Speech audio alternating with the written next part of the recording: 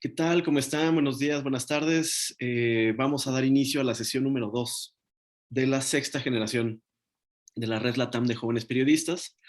Hoy vamos a conversar con Abraham Jiménez Enoa, quien es periodista cubano, columnista del Washington Post en español, columnista en Gato Pardo, ex director y fundador de la revista El Estornudo, una revista de periodismo narrativo en Cuba. Y vamos a estar conversando sobre pues, cómo es hacer o intentar hacer periodismo en un país con las características tan particulares como las tiene Cuba. Antes de que ustedes llegaran, Abraham y yo estábamos conversando sobre pues, este clima de creciente autoritarismo en distintos países de la región.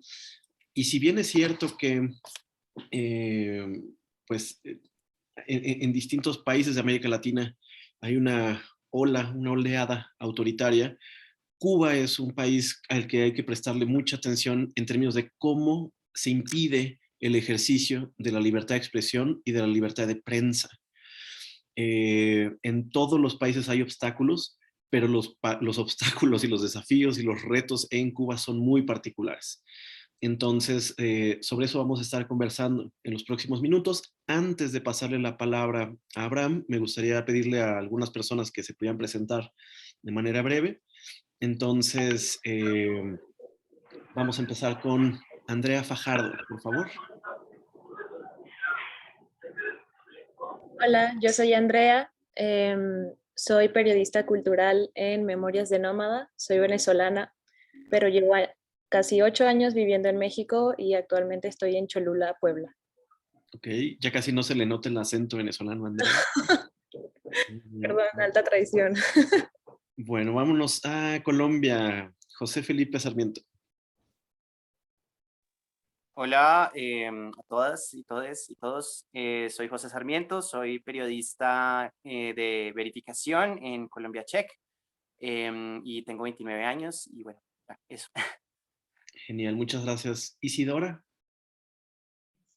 Hola, yo soy de Chile, soy de Santiago, tengo 25 años, acabo de salir de la universidad y muchas gracias por estar acá, Abraham, y a todos, y a Jordi también. Genial, Isidora, muchas gracias. Paloma. Hola, pues yo soy Paloma Fernández, tengo 21 años, soy reportera en un periódico digital local de Puebla, Puebla, y pues es un gusto estar aquí, conocerles, saludarles y conocerte a ti, Abraham. Espero que esta sea una gran sesión. Gracias. Valentín. Hola, soy Valentín, nací en Viña del Mar, Chile, y vivo desde muy pequeño en Quito, Ecuador. Trabajo en el diario El Comercio. Ok, muchas gracias, Valentín. Y vamos a tomar dos más. Gabriela. Hola, mi nombre es Gabriela, soy de Venezuela, estudio comunicación social y también trabajo en un medio de comunicación llamado Soy Ar- Ok, y Henry. Hola, buenos días para todos. Mi nombre es Henry Morales, soy cubano, trabajé en Playoff Magazine, Pelota Cubana USA. Un placer saludar a mi paisano Abraham, y ahora mismo no radico en Cuba, radico en Houston, Estados Unidos. Muy bien, muchas gracias, Henry. Bueno, además de Henry, también hay otros colegas de Cuba por acá, pero ya no les voy a pasar la palabra, simplemente que sepas que está Elianis, está Dariel, creo que había visto también llegar a Yadiris. Entonces, bueno, pues a pesar de todas las dificultades y problemas que suele haber para lograr una conexión vía Zoom en Cuba, pues les agradezco siempre que estén por acá. Entonces, pues voy a pasarle la palabra a Abraham. Habíamos conversado de tener una sesión en 3 bloques, que vaya como de lo general a lo particular, y queremos comenzar hablando sobre la situación, el contexto general de la situación de la libertad de expresión en Cuba, y también pues de los eventos recientes que ha pasado, sobre todo este año, quizá el año anterior también en Cuba. Abraham, un honor que nos acompañes una vez más a ser tutor de la Red LATAM de Jóvenes Periodistas. Muchas gracias por darnos, ofrecernos tu tiempo, tus reflexiones y pues todos tuyos, amigo. Sí, nada, bueno, saludarlos a todos. Buenos días para los que todavía están en la mañana y buenas tardes a los que ya están pasando el, el mediodía. Bueno, antes de entrar en materia, quiero agradecerte, Jordi, nuevamente. Esta es como creo que es la cuarta generación a la cual le hablo y es un tremendo placer y siempre cuando me ha tocado como hablar, siempre digo que para mí es un gran placer, pero yo debería estar sentado también, ¿no? Porque comparto generación con todos ustedes, solo tengo 32 años y bueno, de hecho que haya colegas del gremio periodístico cubano, los cuales son colegas míos de mi misma generación, hablan las claras de lo que es esta red, ¿no? Y que me siento para nada, digamos, un profesor, que aprendo todo el tiempo y que soy parte de la red. Entonces entremos en materia. Yo, durante la charla de hoy, solo les voy a pedir un favor, un único favor. Es sencillo. Quiero que construyan, intenten construir una realidad con los pasajes, con las escenas que de manera ahora, que siguiente, les voy a ir comentando. Y quiero que hagan ese ejercicio. Mientras yo les vaya dando algunas escenas, ustedes construyan una realidad. Me gustaría empezar por ahí porque creo que, bueno, a mi juicio, yo creo que una de las cosas más fundamentales que hay en el periodismo es tener un dominio del contexto, ¿no? Saber lo que uno va a encarar, porque sin eso es imposible construir una realidad, construir escenas, construir pasajes, construir el relato en sí. Y no se puede hacer buen periodismo o periodismo a seca sin saber por dónde uno va a caminar o sin haber leído, sin haber estudiado el terreno, ¿no? Hay que meter las manos en la tierra y embarrársela y aunque luego saques tierra o roja o amarilla o gusano, hay que meter las manos en la tierra. Entonces, imaginen por un momento que ustedes van en un avión y que aterrizan en una isla del Caribe. Bajan de ese avión y hay buen sol, hay cielo azul y corre una brisa casi perfecta. Esa isla, evidentemente, con ese clima, tiene algunas de las mejores playas de la región, aunque hay quienes aseveran que incluso del mundo. Pero incluso no es el único atractivo que tiene esa isla. En las principales ciudades uno puedes caminar por las calles y en los portales de las cafeterías, de los bares, de los restaurantes. Estoy hablando obviamente en la vida antes de la pandemia. Te puedes encontrar con músicos que tocan música en vivo, acá la redundancia. Incluso si te pones de buena suerte te puedes encontrar con músicos que deambulan o que están sentados en los parques. Por esas calles ruedan automóviles de mitad del siglo pasado que se mantienen en perfecto estado y que son en muchas ocasiones los taxis de esa isla. Lo que te hace un poco viajar al pasado, sentirte que estás en una máquina del tiempo. Todo ese ambiente sonoro se produce porque los isleños, los que viven en esa isla, son personas en su mayoría joviales, personas muy conversadoras y la calle siempre está atestada de gente o las personas están en sus balcones o están en las puertas de las calles. Hay especie de una vida rítmica todo el tiempo. Y obviamente de esa vida rítmica se desprende que en la isla haya buena música, ¿no? Y que haya montones de lugares donde los isleños puedan salir a bailar y que bailen mucho, ¿no? Y al ritmo de esa música no solo se contonean los isleños, sino también al ritmo del ron, al ritmo de la cerveza, pero sobre todo el ron, que yo sí puedo aseverar que es uno de los mejores del mundo. Pero no vayan a pensar que la isla es solo un destino turístico, que solo es fiesta. En esa isla la educación es gratuita y pública, no hay escuelas privadas. Es decir, los niños y adolescentes van a las mismas escuelas que van los hijos de lo mismo un barrendero que un científico, que de un emprendedor que haya tenido éxito. Asimismo pasa en la salud es gratuita, es pública y no hay hospitales privados. Pero para seguir con la salud, ahora que estamos en la pandemia, esa isla, que es pequeña, donde solo viven 11 millones de habitantes, logró producir 5 candidatos vacunales contra el COVID, y de ellos 2 ya son vacunas. De hecho, es el único país de toda Latinoamérica que ha logrado eso. Además, para seguir con el tema de la salud, esa isla manda a África, a Eurasia, a algunos sitios perdidos de América Latina, contingentes médicos para brindar ayuda solidaria a los pueblos que no solo en situaciones de catástrofes naturales, sino en tiempos normales necesitan esa ayuda. Además, la isla es un semillero de deportistas y ha dado montones de campeones olímpicos. Pero todo, así dicho, no es color de rosa en la isla. Para que verdaderamente no vayan a pensar que esto es una isla paradisíaca.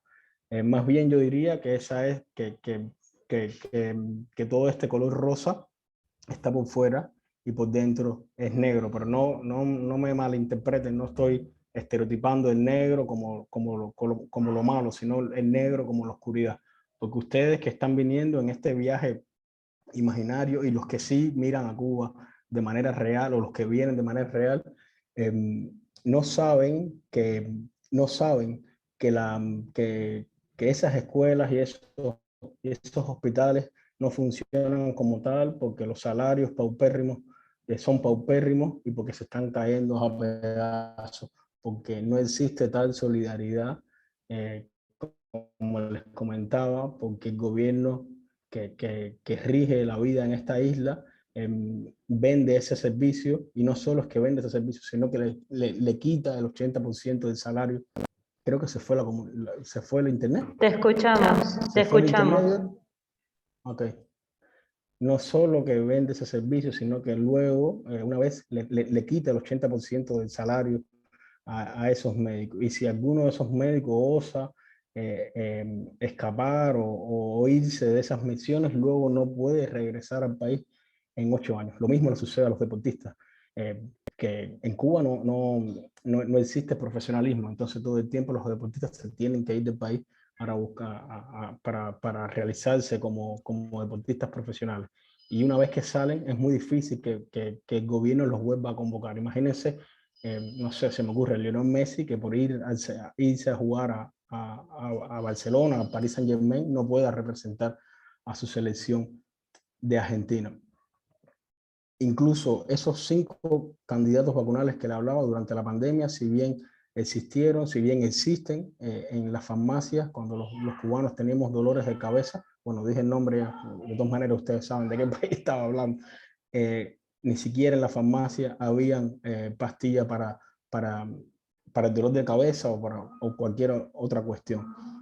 Todo esto se produce o está dado porque en esa isla que acabo de nombrar y que no debía haber nombrado, pero que ustedes saben a cuál me refiero, lleva 63 años en el poder un mismo gobierno que hasta 2018 fue gobernado por 2 hermanos que se repartieron la presidencia desde 1959 hasta 2018, y que en ese entonces es que vino a haber un presidente que no fuera de esa familia. Todo esto sucede en esta isla porque solo se admite o está admitido solamente un partido político, que es el comunista, y no existe la posibilidad a que se funde, a que exista otra organización política. Todo esto sucede porque en Cuba la libertad, vuelvo a decir el nombre, pero no importa, ya no tiene mucho sentido.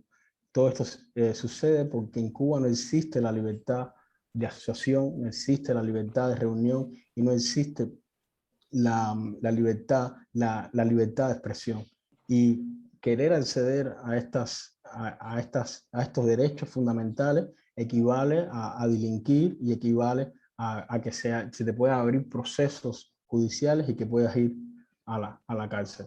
Por tanto, la prensa, que es lo que nos incumbe a nosotros, funciona según la Constitución de la República, subordinado al Partido Comunista. Es decir, la Constitución de la República declara que el Partido Comunista es amo y señor de todos los medios estatales del país. Por eso todas las televisoras del país, todos los canales de televisión, todas las emisoras de radio y todos los periódicos del país están subordinados al Partido Comunista de Cuba. Y para hacer periodismo en Cuba, tienes que hacerlo bajo esa sombría legal. Por tanto, una vez lo haces fuera, vendrán las complicaciones que más adelante les contaré. Eso también sucede porque como no existe como no existe pie a que surjan otras organizaciones políticas, uno tranquilamente, si no solo los periodistas independientes como yo, sino también los activistas, las personas en general que disienten, pueden ir tranquilamente por la calle y pueden ir tomándose, no sé, un helado, y tranquilamente puede pararse un auto chapa particular del lado tuyo y a la fuerza te pueden montar a ese auto. Y no solo que te secuestren en la calle, sino que luego te llevan a una estación policial, en esa estación policial te desnudan, en esa estación policial te amenazan, en esa estación policial ni siquiera tienes acceso a un abogado. No tienes acceso a un abogado porque en Cuba no hay separación de poderes, tanto el poder legislativo como el poder ejecutivo, como el poder judicial están subordinados al Partido Comunista. Entonces, por tanto, ni siquiera en el caso que pudieras acceder a un abogado, ese abogado no fungiría, digamos, de tu parte, estaría representando a la misma persona que te llevó a ese calabozo. En Cuba, por eso también, un día puedes quedar con unos amigos para tomarte una cerveza, o puedes, no sé, salir a botar la basura, lo que me ha pasado hace unos días, y puedes poner un pie fuera de tu casa y te pueden venir encima policías vestidos de civil, o policías uniformados, o policías vestidos de civil y policías uniformados, todos a la vez, y te pueden impedir que salgas y te pueden decir arbitrariamente, sin el amparo de ninguna ley, que tienes que quedarte en arresto domiciliario por tiempo indefinido. Pero no es solo que luego estés en arresto domiciliario y que estés dentro de tu casa sin saber hasta cuándo vas a poder salir. La última vez ahora he estado 3 días, pero hay casos, hay personas que llevan cerca de 200 días, activistas políticos en Cuba. Una vez dentro de tu casa, la única empresa de comunicación que existe en el país, que se llama Texas, te corta el internet, te corta el teléfono fijo, y vives una especie de oasis de estar aislado completamente del mundo. Luego puedes estar en esos días recluido en tu casa, desconectado del mundo, desconectado de tus amigos, de tu familia, rodeado como si fueras un terrorista, y luego puedes prender el televisor y puedes verte sentado en el televisor. Y te puedes acordar que el día aquel que te secuestraron en la calle, que te desnudaron, que te firmaron sin tu consentimiento, que te firmaron ilegalmente, y te ponen hablando en un testimonio tergiversado, un testimonio manipulado, un testimonio que te hacen creer o le hacen creer a la opinión pública que eres un mercenario, que estás pagado por la CIA, por el gobierno de Estados Unidos y cuanta entelequia surja. Pero no solo eso, es decir, luego que sucede eso, no puedes ir y obviamente no puedes tocarle la puerta a ese canal de televisión o a ese programa de televisión que hizo semejante cosa, porque obviamente en Cuba no hay derecho a réplica, por lo que les explicaba, que en Cuba todos los medios son del Estado, y el Estado todo es del Partido Comunista de Cuba, y el Partido Comunista es el único partido que existe y es el partido que tiene el poder.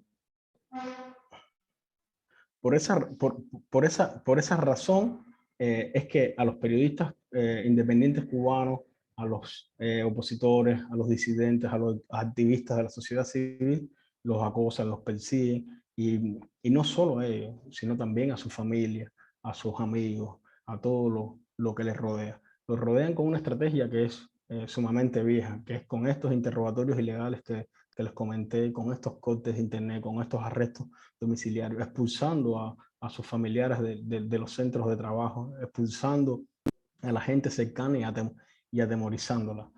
Pero no solo eso. ¿Qué sucede? También esos medios de comunicación para los que trabajamos nosotros, los periodistas independientes, están bloqueados. Si el Estado, el gobierno, desde territorio nacional, bloqueó el acceso a la mayoría, no me queda claro si todo, pero casi, la inmensa mayoría de todos los medios independientes. Es decir, para acceder o para leer un texto, una noticia, ver un video o escuchar un audio de la prensa independiente, hay que acceder a esos medios a través de VPN, a través de proxy, a través de túneles digitales que la ciudadanía, las audiencias tienen que inventarse, o los mismos medios tienen que inventarse para que los lectores puedan entrar en esos canales. Pero la represión no solo, y el acoso no solo queda a los periodistas independientes, a los opositores, a los disidentes, sino que la persecución es tan brutal y tan espantosa que los ciudadanos comunes también pueden ser tocados por ella. Justamente puede ser tocado por ella porque hay leyes las cuales han...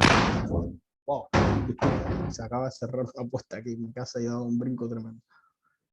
Hay leyes que se acaban de, hace unos meses, de instaurar, las cuales declaran que ya no solo uno no puede hablar o criticar al gobierno, sino que se han dado casos que han llamado y que han multado a ciudadanos por darle like a esas publicaciones. Multas que además ascienden a mucho más de lo que gana un ciudadano común en el país. Una auténtica locura.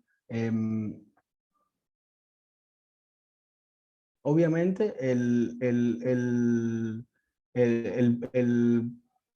punto climático de lo que ha sucedido en los últimos meses y el último año, como decía Jordi, está amparado en la sociedad civil, una sociedad civil que desde la llegada de Internet ha logrado empoderarse en las redes sociales y junto a los medios independientes han logrado contar esa Cuba, que esta Cuba que un poco les he venido contando, había estado por décadas en la oscuridad, ¿no? Y gracias a Internet ha logrado salir de esa oscuridad. Y eso ha hecho que surjan varios líderes de esa sociedad civil, varios líderes que le han movido el piso por completo al régimen cubano y que desde su liderazgo han encabezado varios sucesos que eran impensados en este país, como son protestas masivas, reuniones de artistas, organizaciones de artistas. Los casos más notables son, seguramente lo habrán escuchado, del Movimiento San Isidro, los artistas que se reunieron afuera del Ministerio de Cultura para exigir el cese de la represión. Y bueno, y quiero cerrar esta primera parte para que me pregunten, porque seguramente tendrán mucho que preguntar, con una escena para que un poco sucedió hace solo 2 días y para que vean la magnitud de lo que es Cuba y de lo que está sucediendo. Es decir, hace 2 noches fue la gala de los premios Grammy Latino. La mejor canción del año ganó una canción de varios artistas, la mayoría de ellos cubanos, y uno de esos artistas no pudo recibir su premio en el escenario justamente porque está encarcelado en una prisión de máxima seguridad. Y está encarcelado en una prisión de máxima seguridad por justamente ser uno de los intérpretes de esa canción, que se ha convertido en un himno libertario, en el himno de las protestas en Cuba, en el himno de esa nueva Cuba. Sí, la escena yo creo que grafica lo que se está viviendo hoy en Cuba. Ese muchacho, su nombre es un rapero, Michael Osorbo, ganó el Grammy a mejor canción, él y sus compañeros, y no pudo estar en el escenario porque está en una prisión, y está en una prisión por querer ejercer su derecho a expresión. Jordi, no sé si, esta primera parte yo creo que un poco habla del panorama de lo que se está viviendo y un poco la situación en general, y si hay preguntas para ya luego entrar en materia periodística y tal.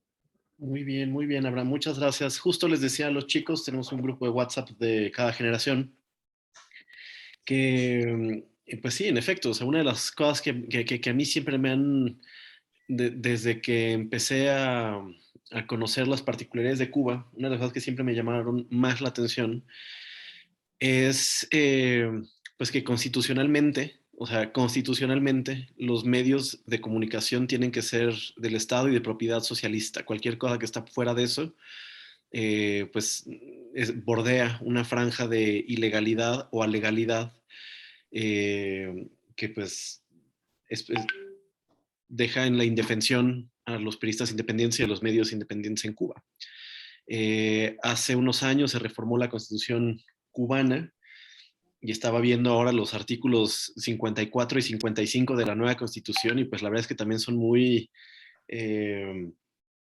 pues ya saben, muy contradictorios, ¿no? El artículo 54 dice que se garantiza la libertad de expresión e inmediatamente después viene justo este tema en el artículo 55 de Cuba, pues la restricción, ¿no? O sea, como que los medios fundamentales son de carácter socialista, o sea, no puede haber otro medio que salga de esta idea.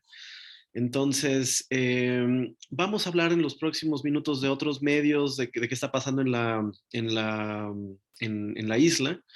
Entonces, por favor, si alguien tiene preguntas, dígame en el chat de WhatsApp o ya directamente aquí si quiere abrir su micrófono.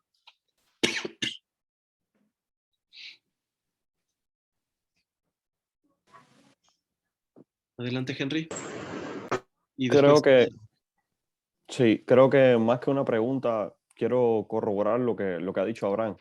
Mientras estuve en Cuba, yo fui testigo de, como dice Abraham, lo que le hicieron a él, de que lo firmaban unas especies de testimonios, entrevistas a la seguridad de Estado y luego lo ponían en cadena nacional, manipulando de alguna manera lo que pudiera ser el testimonio que dio Abraham en ese momento. Creo que, a decir verdad, bueno, lo sufrí en mi historia y creo que Abraham lo ha pasado, una de las personas que lo ha pasado peor que nadie. La reclusión domiciliaria, que no te dejan salir, de que no puedas hasta cierto punto ser libre.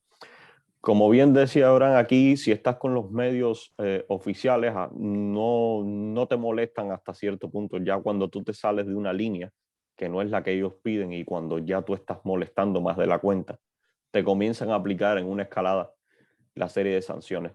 Como dice Abraham, ellos tienen todas las herramientas porque ellos tienen todos los poderes unidos. No funciona una división de poderes, no hay un Ministerio de Justicia separado de un poder judicial. En fin. Entonces, en Cuba, como decimos jocosamente en la calle, te van dando hilos para fabricarte una causa. Y el día que tú molestes más la cuenta, te fabrican la causa. Y simplemente, si no pueden meterte preso por una vía o por otra, hacen ese tipo de cosas que es el arresto domiciliario. Muchísimas gracias. Gracias, Henry. Oscar.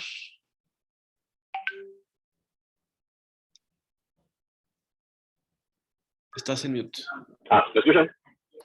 ¿Sí? Ok. Bueno, para Abraham, bueno, me da mucha curiosidad. Es una pregunta a lo mejor un poco personal, pero pues conociendo todo este contexto tan adverso en el que vives, en el que vivías, ¿cómo es que tú llegas al periodismo?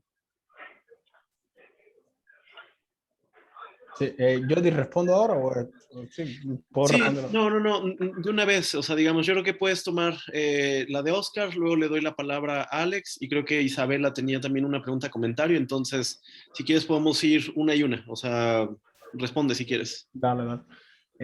Sí, Oscar, realmente llegué un poco a hacer lo que hago hoy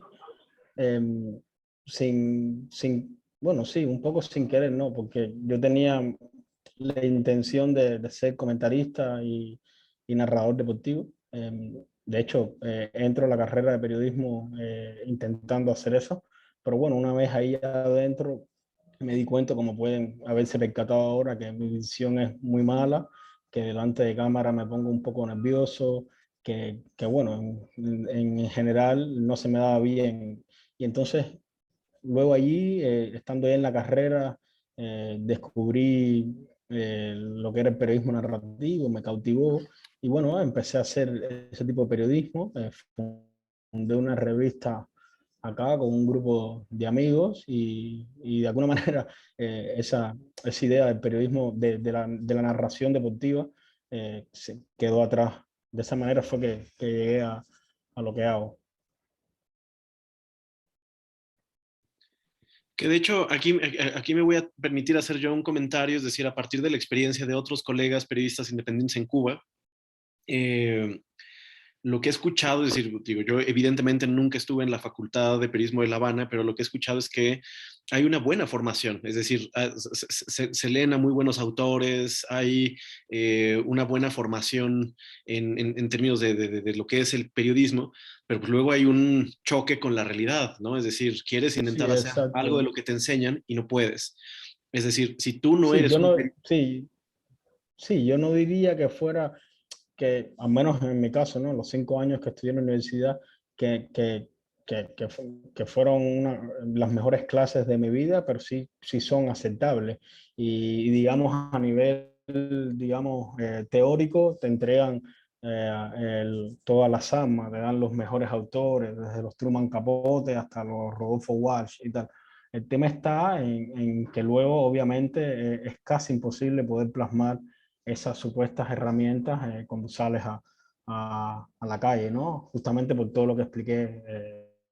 Si es imposible que un medio de prensa que esté subordinado al Partido Comunista critique el Partido Comunista o el funcionario del país, obviamente. Y el periodismo tiene un solo fin, que es fiscalizar al poder. Entonces es como eh, una incongruencia. Entonces, claro, por supuesto, forman periodistas en la academia para que luego se vayan a vender croquetas o se vayan al exterior o bueno, salgan a la prensa independiente o porque evidentemente los que se quedan en la prensa oficialista lo que hacen es propaganda, para nada es periodismo. Ok, gracias Oscar, gracias Abraham. ¿Alguien más había levantado la mano antes de Alonso? No me acuerdo quién. ¿Alguien la tenía? Creo que Isabela, ¿no? O Isadora.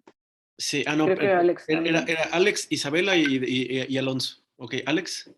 Bueno, si puede ir Isabela primero, nada más, porque yo necesito pasar el semáforo y luego ya poderme detener un poco. Perdón. Ok, Isa. Hola Abraham, acá un saludo desde Venezuela. Gracias por estar acá, en verdad me llama, o sea, como que mucho la atención el encontrarte a ti y el encontrar a mis compañeros cubanos desde que empezamos esto, porque, o sea, como que el comentario antes de la pregunta es que Venezuela siendo un país tan polarizado, mi impresión pues, espero que sea así la de... ¿Aló? ¿Me escuchan? Sí, yo te escucho, sí, sí. Te escuchamos, Isabela. Ah, pero creo que a Abraham se le cortó. Ahora ¿Le sí te oye? escucho, pero no escuché nada de Perfecto, lo ahora. anterior.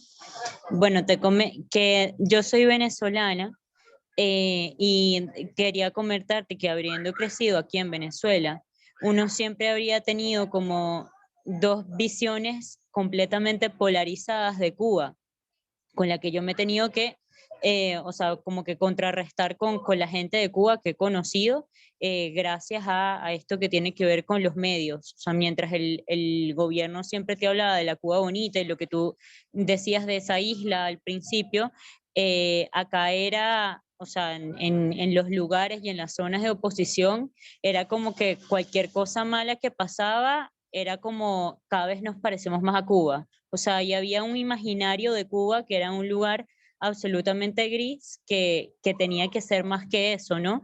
Y de alguna manera eso se hacía porque nadie sabía nada de Cuba. O sea, también la oposición te podía decir cualquier cosa o cualquier mito, o yo personalmente creía que todos los cubanos seguían ciegamente al Partido Comunista y que no existía tal cosa como oposición, porque algo así como que había un lavado de cerebro y me imagino que mis compañeros que no son venezolanos quizá pensaban lo mismo de Venezuela y desde hace poco fue que, no sé si fue por la formación universitaria que ya tenías acceso a los medios o si fue por el nacimiento del ecosistema de medios en Cuba, así como hubo acá en Venezuela, que hubo un año de boom, pues, un año de boom digital, antes del cual no habían estos medios digitales, que se empezó a conocer. Entonces yo te quería preguntar a ti, de venezolana que ha vivido también toda su vida en un gobierno, yo nací el año en el que Chávez entró en el poder, y he visto cómo mi país ha cambiado muchísimo, o sea, este mismo año ha cambiado absurdamente. Si tú sientes que que Cuba ha cambiado, o sea, en todo tu tiempo que tienes de vida, y que hubo algo así como un despertar, o es que, bueno, era como los medios, entonces uno no sabía nada? O sea, ¿cómo lo ves tú? Sí, sí, bueno, es una pregunta bien larga, pero voy a intentar de ser sintético. Bueno, yo sí pertenezco a esa generación que tú hablas, em, que en Cuba nació alrededor del año 2015, ¿no? Esos medios. De hecho, el medio que yo fundé comenzó en inicios de 2016. Em, pero no fue, pero esa generación de medios se sucedió justamente porque llegó a Cuba el acceso a Internet. Sin eso hubiera sido imposible. Y claro, como mismo en Venezuela, hubo una explosión digital de medios independientes.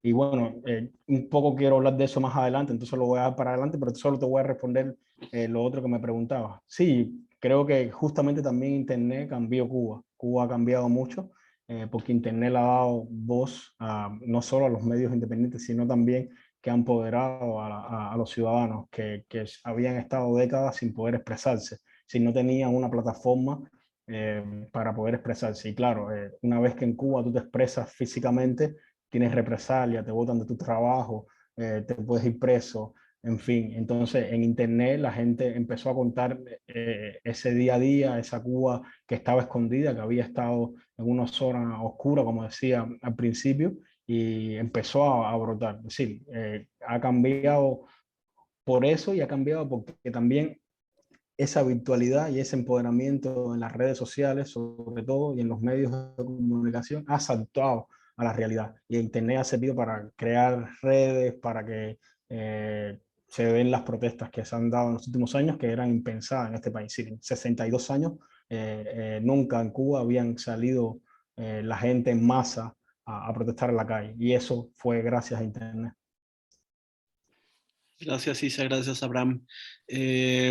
Alex, ahora sí. Ahora sí. Perdón. Bueno, yo tengo dos preguntas. La primera es, por ejemplo, en México muchos de los medios se financian con dinero público. Allá, obviamente, me imagino que funciona de diferente manera, o sea, los medios estatales se financian con dinero público, pero los medios independientes, yo tengo la duda de cómo hacen para obtener dinero. Pueden recibir financiamiento extranjero. Vaya, ¿de qué viven los periodistas independientes? Y la otra duda que tengo es con respecto al... Vaya, aquí en México también, por ejemplo, el dinero público es el que normalmente el factor que vemos que hace a los periodistas no independientes, ¿no? Los periodistas deciden, muchos de los periodistas, yo diría el 90%, deciden quedarse del lado oficialista porque hay una retribución, ya sea por parte de, o sea, directa hacia ellos o a sus medios, a los dueños de los medios, que son los que censuran a los periodistas. Allá, ¿tú qué porcentaje dirías? ¿Cuál es el porcentaje de prensa oficialista y de prensa independiente que hay en Cuba? Es todo, muchas gracias. Sí, bueno, ese punto que tú tocas es el punto neurálgico en la prensa independiente, es decir, el financiamiento. Es el punto neurálgico por dos razones. Una, porque es la manera más difícil y la encomienda más dura que tienen los medios independientes cubanos para seguir subsistiendo, ¿no? Que es encontrar financiamiento, ya que en Cuba, obviamente, el Estado no hay manera, no va a financiar estos medios. Entonces, hay que acceder a los fondos de cooperación internacional para poder financiar los medios, ¿no? Y esa es la manera en que se financian los medios en Cuba. Hay experimentos, hay intenciones, nuevas intenciones, porque esa obviamente no puede ser la única manera de subsistir, ¿no? Y hay algunos medios que están intentando con el tema de las suscripciones, con el tema de los lectores, ¿no? Hay experiencias que, bueno, son nuevas, ya te digo, es un ecosistema que tiene 5 años solamente. Pero a la vez es un tema neurálgico porque también el gobierno, el régimen cubano, toma ese acápite para atacar a los medios independientes y a los periodistas independientes en específico, porque dice que esos fondos de cooperación internacional son fondos que llegan a través de agencias del gobierno de Estados Unidos, que llegan a través de la CIA, y que nosotros estamos respondiendo a esos intereses y que nosotros somos como agentes que queremos cambiar el orden interior del país. Es como la acusación fundamental, ¿no? Nosotros, como recibimos dinero del exterior, como vivimos de eso, somos unos mercenarios, somos asalariados del imperio, estoy citando textual. Entonces es un tema bien delicado. Y en cuanto a por ciento, yo te diría que por más que ha crecido, por más que hay un abanico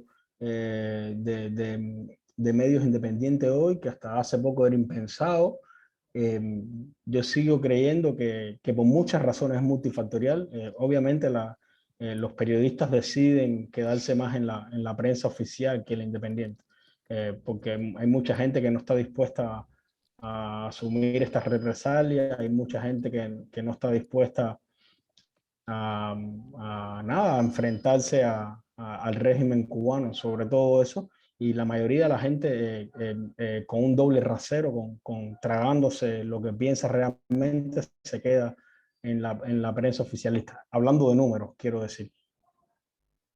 Gracias, Abraham. Bueno, una pregunta de seguimiento que tenía también Alex es si las empresas contratan publicidad con los medios independientes. Sí, algunos sí, otros no. Hay de todo. Ahora, también es importante decir que como tal, es decir, las empresas...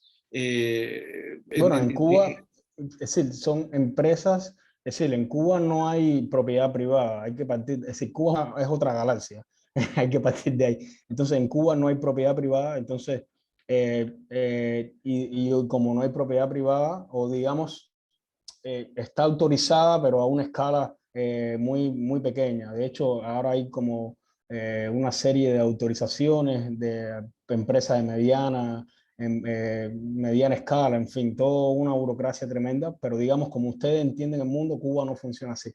Entonces, obviamente, digamos, los medios que han aceptado publicidad dentro de su medio es publicidad extranjera, y además son medios que tampoco, es decir, hechos por cubanos, pero que el medio, digamos, el hosting no está radicado en Cuba.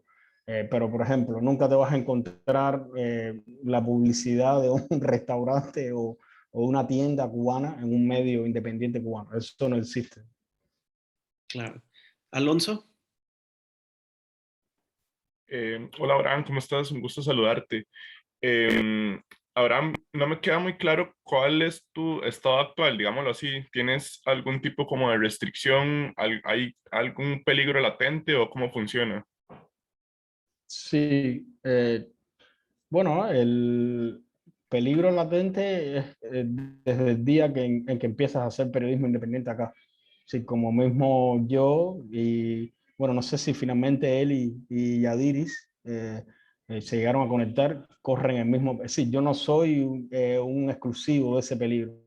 Todo el que haga periodismo independiente acá corre el mismo peligro, pero creo que, es decir, me refiero a ser citado arbitrariamente a interrogatorio, a ser acosado, a que tu familia sea acosada, a que expulsen a tus familiares de los centros de trabajo. Hace un año y tal, prácticamente a toda mi familia, es decir, a mi madre, mi padre se tuvo que jubilar, pero se jubiló por las presiones, pero a mi madre sí la sacaron del trabajo, a mi hermana la sacaron, en fin, que ni siquiera te atacan a ti solo. A un amigo del barrio lo llevaron y lo metieron en un calabozo sencillamente para sacar la información de mí. Y quiero aclarar, yo ni siquiera estoy lejos de ser, estoy muy lejos de ser el peor caso. Yo soy de los que tocan muy pocas veces. Hay gente de hecho hay una colega, Camila Costa, que trabaja para Cubanet, lleva creo que 200 días o ciento y tantos días sin poder salir de... Sí, lo mismo que yo estuve ahora, 3 días, ella lleva 200 días. Imagínense 200 días sin poder salir de tu casa, que te asomes al balcón o una ventana y que haya 24/24, llueve, truene, relampaguee, haya sol, viento, una patrulla policial y agentes vestidos de civil. Es bien duro. ya le digo, pero creo que Alonso lo que te referías es a lo que yo comenté el otro día en el taller de, de, de Rondero, que es que otra de las estrategias del régimen, y no solo con los periodistas independientes, es regularte la salida del país. Ellos le llaman regulación migratoria.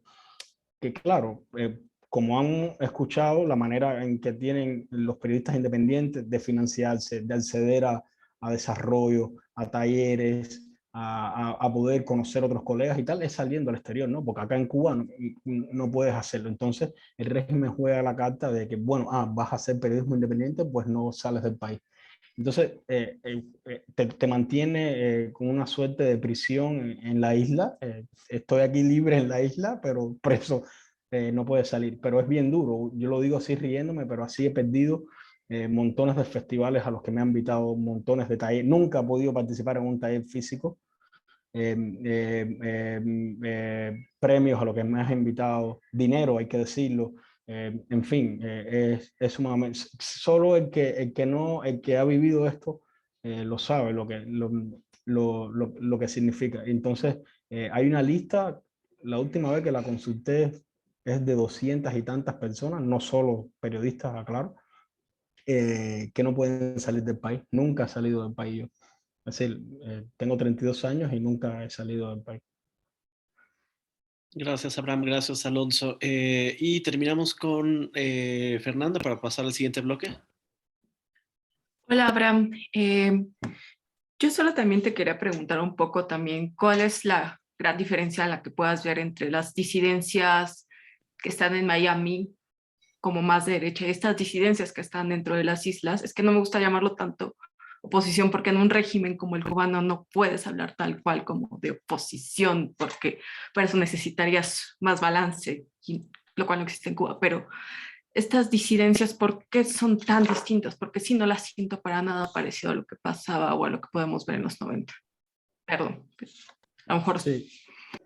Sí, no, tienes razón en lo que dices. Si uno se va a ceñir realmente al término político de oposición, en Cuba no hay oposición, ¿no? Porque oposición es cuando un partido accede al poder, a la presidencia, el resto de los partidos queda oficialmente como es la oposición. Pero claro, en Cuba hay un solo partido, pero bueno, históricamente se le ha llamado así a los que llevan a cabo el activismo político, la disidencia y tal. Y es como, nada, se ha asumido el término. Bueno, ¿por qué son diferentes? Yo no creo que tampoco sea tan diferente. En Cuba hay mucha gente que piensa y de hecho son aliados de esa derecha acérrima de Miami. Y en Miami también hay gente que no son de derecha. Es como todo. Nada, yo creo que sencillamente se reduce al color ideológico que cada cual decide vestir.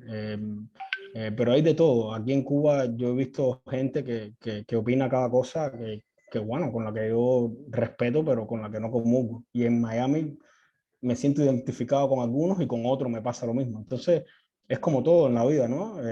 No sé, ¿te gusta fresa o chocolate, o bailas bachata, o bailas reggaetón? No sé, cada cual elige qué blusa ponerse y qué trago tomar, y uno no puede hacer otra cosa. Lo que pasa también es que en estos regímenes como tan autoritarios y tan prolongados como cubanos, ¿qué es la gran diferencia? Cuando la gente empala a Cuba, Nicaragua y Venezuela, comete un gran error. Es cierto que el orteguismo y el chavismo tienen similitudes y que de alguna manera son copias al carbón del castrismo, pero tienen una diferencia muy notable, que es la duración del régimen. Es decir, no se puede comparar para nada al chavismo y al orteguismo con el castrismo, porque sencillamente este régimen lleva 63 años, 63 años. Y eso cambia todo. Son generaciones y generaciones aguantando lo que expliqué y mucho más, y de un régimen asentado y un sistema totalmente eficiente desde la represión. Ok, muchas gracias. Bueno, ya han ido saliendo muchos temas, muchas ideas que cruzan también con los siguientes bloques que íbamos a Sí, lo conversar. que pasa, siempre me pasa, Jordi, que es como el mar de vivir en Cuba, que cada vez que estoy como en alguna charla, algún panel, termino hablando de política y explicando lo que es este pedazo de isla, que es hablando de periodismo, pero es inevitable, sí. Claro, claro, no puede ser de otra manera. Entonces, bueno, no sé si quieras continuar, Abraham. Sí, bueno, el segundo capítulo que me propuso Jordi, que bueno, un poco también ya lo hemos hablado un poco de todo, es sobre los retos, los obstáculos y las particularidades del periodismo independiente en Cuba. Y yo sí quiero como leerles el artículo 55 que Jordi les mencionaba por arriba, para que tengan idea de lo que declara la Constitución de la República en Cuba. Lo tengo por acá, déjame ver, acá está. Dice, los medios fundamentales de comunicación social en cualquiera de sus manifestaciones y soportes son de propiedad socialista de todo el pueblo o de las organizaciones políticas, sociales y de masas, y no pueden ser objeto de otro tipo de propiedad. El Estado establece, esto es lo más importante, el Estado establece los principios de organización y funcionamiento para todos los medios de comunicación social. Claro, después de esa sentencia, es por eso que Reporteros Sin Fronteras, en su clasificación de 2021 de la libertad de prensa, ubica a Cuba en el lugar 171 de 180 países.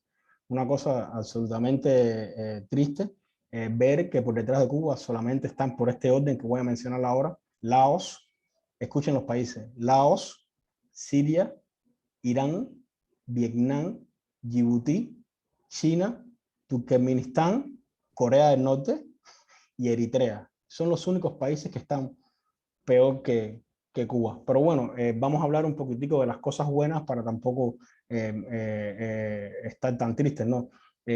Ante este panorama desastroso que les he ido contando, hubo un parteaguas, que un poco ya lo mencioné, que fue la llegada de Internet a Cuba. Es decir, en 2015 el gobierno tomó la decisión, oigan, 2015 fue que llegó Internet a Cuba, en 2015 de poner, creo que fueron las primeras en 33 zonas públicas, parques y plazas del país, antenas wifi, ¿no?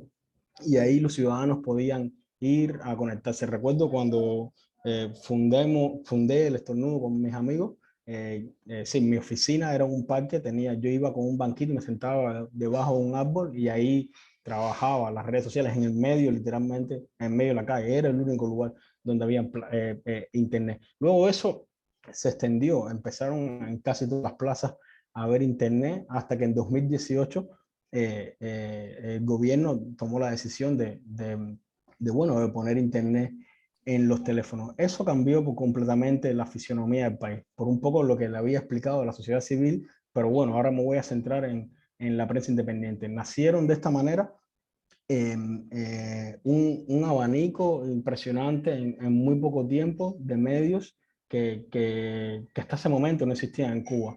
Y les voy a mencionar, pues si quieren tomar nota, nació Periodismo de Barrio, un medio especializado en medio ambiente.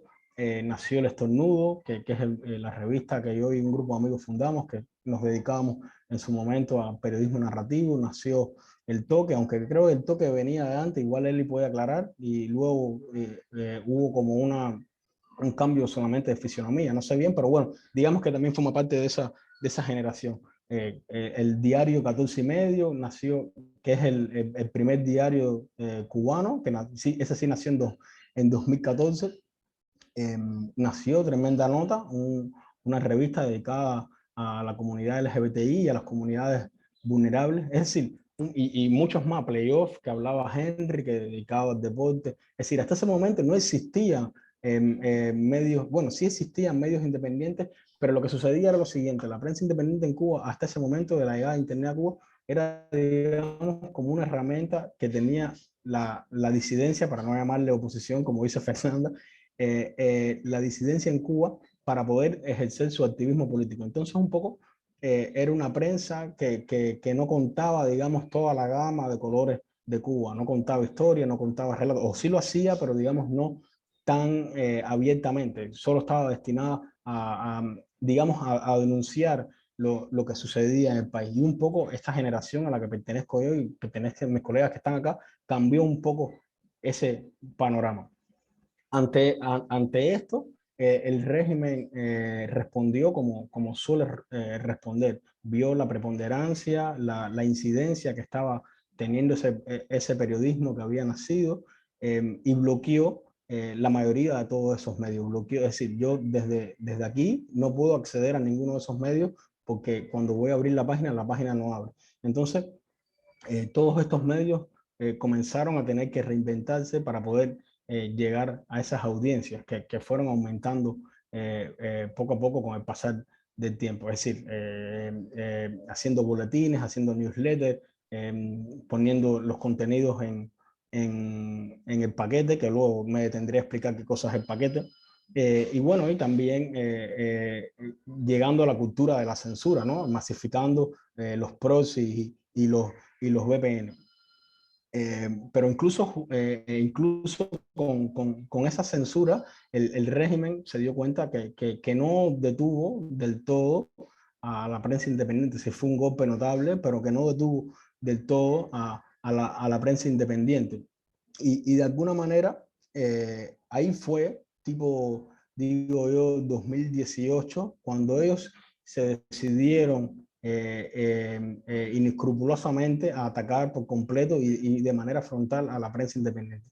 Hasta ese momento los ataques eran puntuales, eran en situaciones coyunturales y tal, pero desde 2018, cuando ellos vieron que esa censura general no apagó por completo a todo el ecosistema, entraron a fustigar a la prensa. Ahí fue cuando empezaron los arrestos domiciliarios, ahí fue cuando empezaron los interrogatorios, ahí fue cuando empezaron las amenazas de cárcel, ahí fue cuando empezaron los secuestros express, los decomisos de equipos. Eso hay que decirlo. Justo ayer quiero aclarar para que vean un caso, un periodista, videógrafo del medio periodismo de barrio, viajó a Pinar del Río, es la provincia más occidental de Cuba, a hacer una entrevista solamente, para que vean la magnitud de lo que es hacer periodismo en Cuba.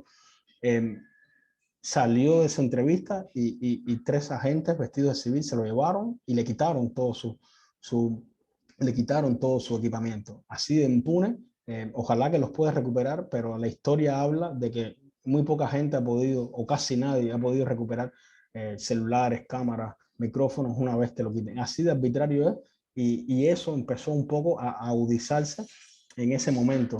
Las regulaciones migratorias empezaron en ese momento, y también empezó una última, que un poco la mencioné antes, una última acápite de esa estrategia para callar a la prensa independiente, que fue el descrédito. Es decir, en los medios oficialistas comenzaron a hablar de la prensa independiente, pero no solo a mostrarla como una prensa mercenaria, como una prensa asalariada del imperio y todas estas cuestiones y todas estas entelequias, sino comenzaron a atacar y a fabular historias para decretar una suerte, una especie de asesinato civil.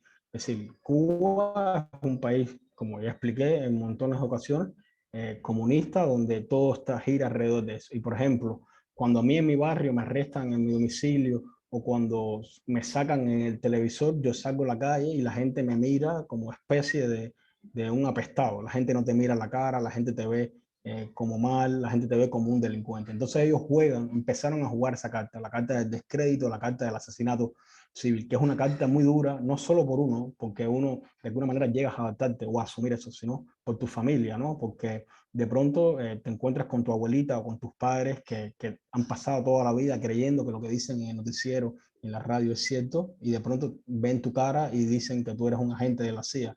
Y bueno, como lo único que tú tienes es tu palabra, decirle, bueno, tienes que creer en mí y no puedes creer en ellos porque ellos están mintiendo. Pero bueno, ellos llevan 6 décadas creyendo que eso es cierto. Es sumamente delicado. Para que tengan una idea del nivel de represión de este año, les traigo una cifra. Según el Observatorio Cubano de Derechos Humanos, hasta junio, eso no incluye las protestas de julio y las de ahora. En Cuba, a periodistas y otros actores de la sociedad civil se registraron 3.505 acciones arbitrarias en contra de estos ciudadanos. Una cosa espantosa, bárbara, en un país donde de 11 millones de habitantes, y dentro de esos 11 millones de habitantes habría que ver cuántos deciden a ser actores políticos. Digo, actores políticos a la disidencia, al periodismo y tal. Es una cosa realmente bárbara.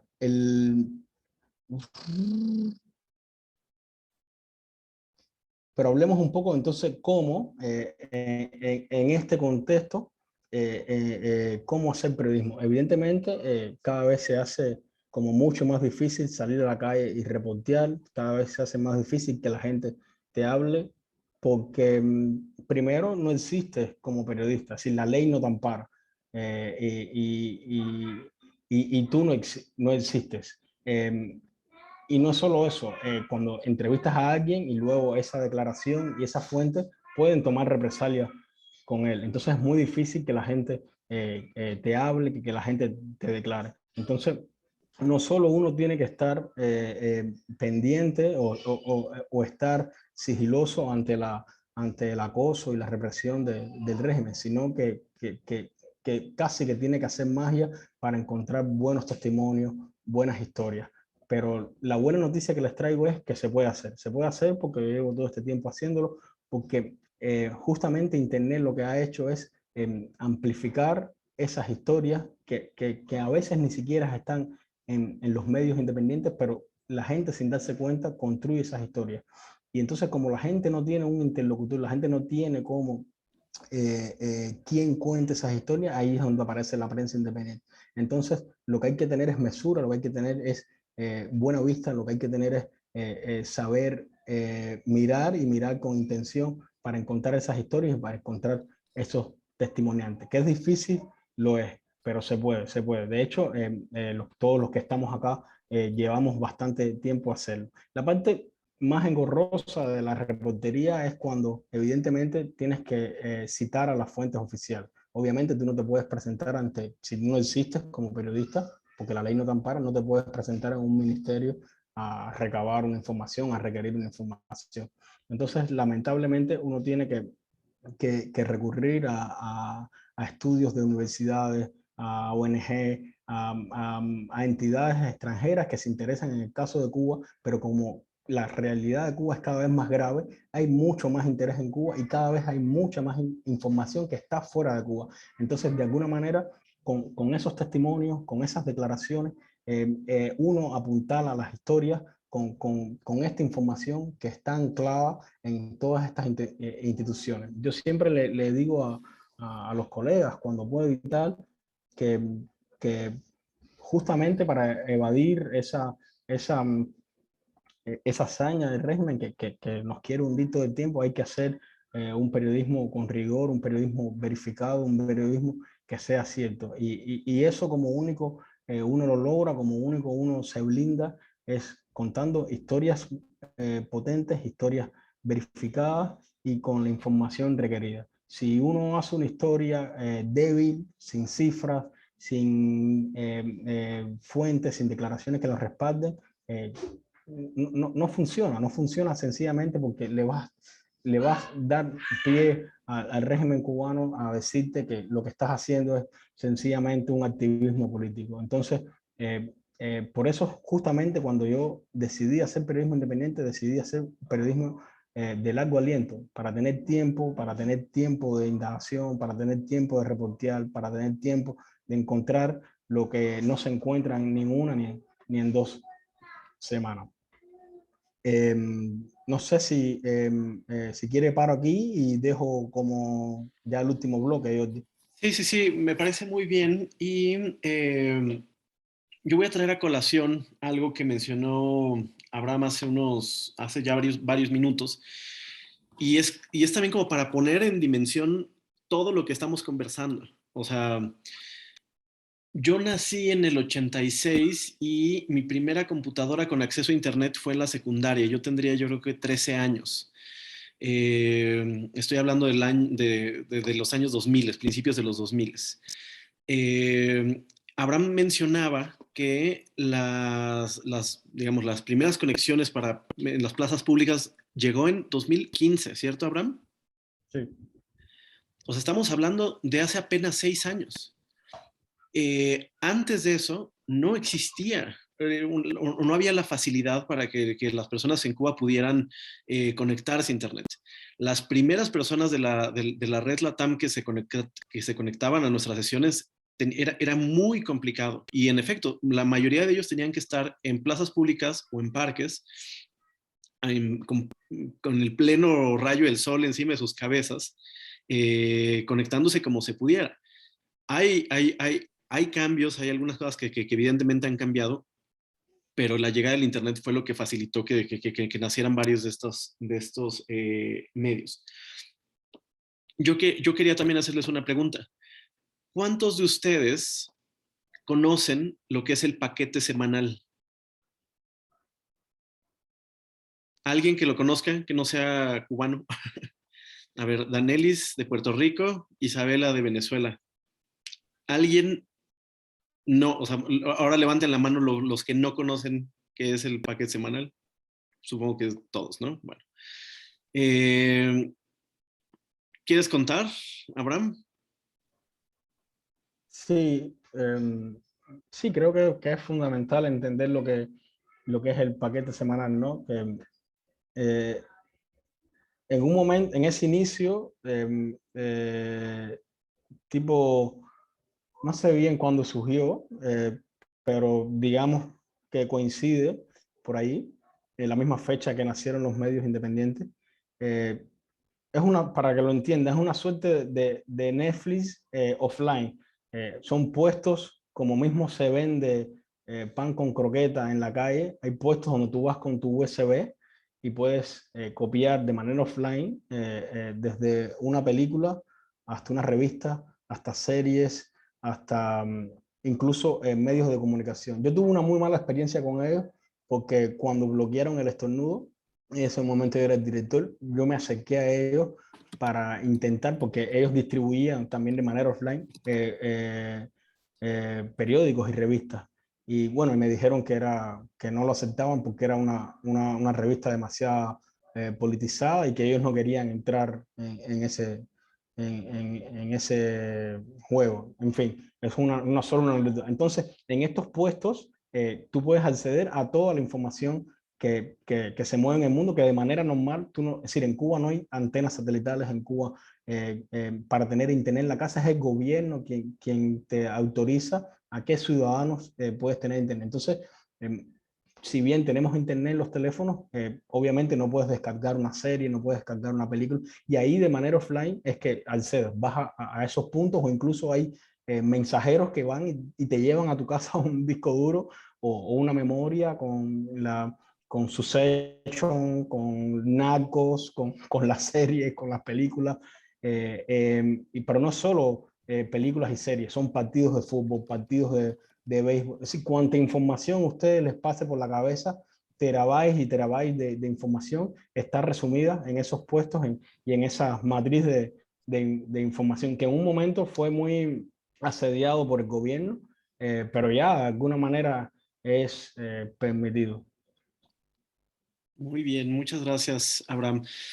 Antes de pasar a preguntas, yo también quiero insistir con algo que les ponía en el correo, y es, imagínense, si hay periodistas y medios independientes en Cuba que están haciendo periodismo deportivo o periodismo LGBTI o periodismo narrativo o periodismo de investigación, ganando premios internacionales, o periodismo de datos. El caso inventario es también un tema muy interesante.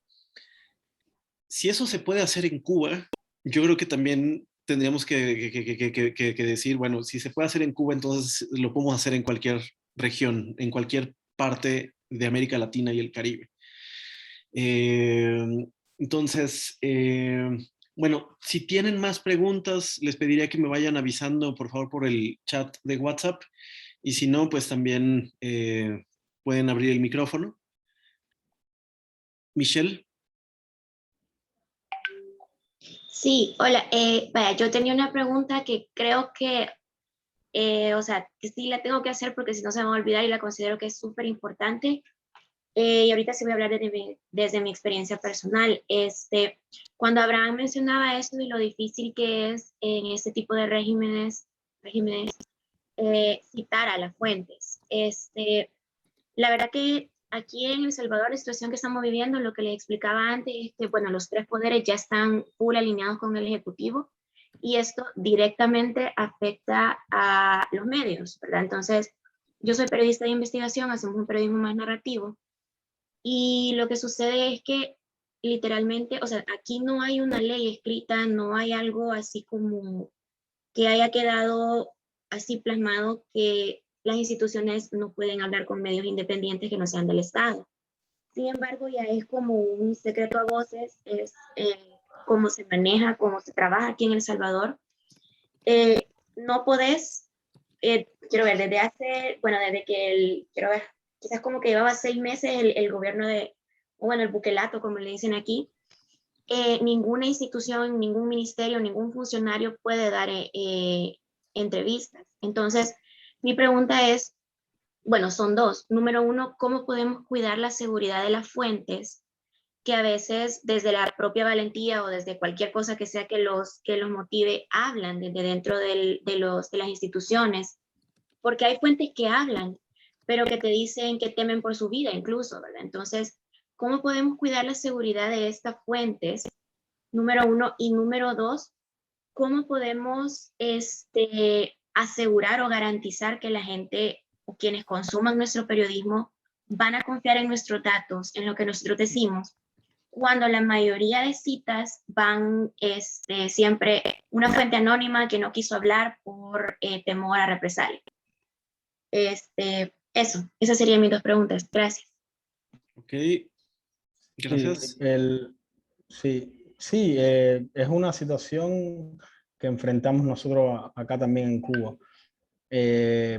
Yo creo que lo primero, con respecto a la primera pregunta, es fundamental, si una vez ya esa fuente accedió y quiso dar su testimonio, es aclararle y ser totalmente transparente con ella, decirle las consecuencias, las represalias que pueden llegar a su puerta si finalmente el régimen la emprende con ella. Yo creo que eso es lo fundamental, ¿no? Tener claro, no es solo decirle que uno es un medio independiente, no es solo decir que uno es un periodista independiente, que no es bien visto y tal, sino es aclararle que puede tener problemas con esa información.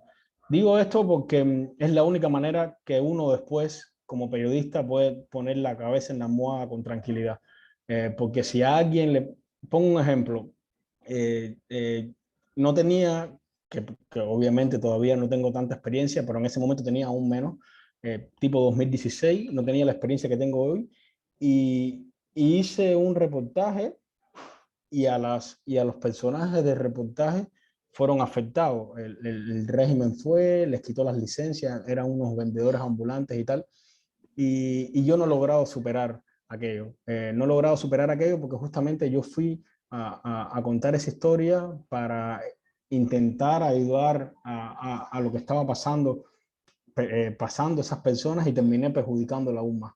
Entonces, yo aún hoy no supero eso y no lo supero porque no les aclaré que podía pasarle lo que terminó pasando. Al final eso se fue de las manos, ellos quisieron incluso hasta agredirme a mí, tuve que estar como una semana escondido hasta que ellos se calmaron y bueno, yo luego les di la cara.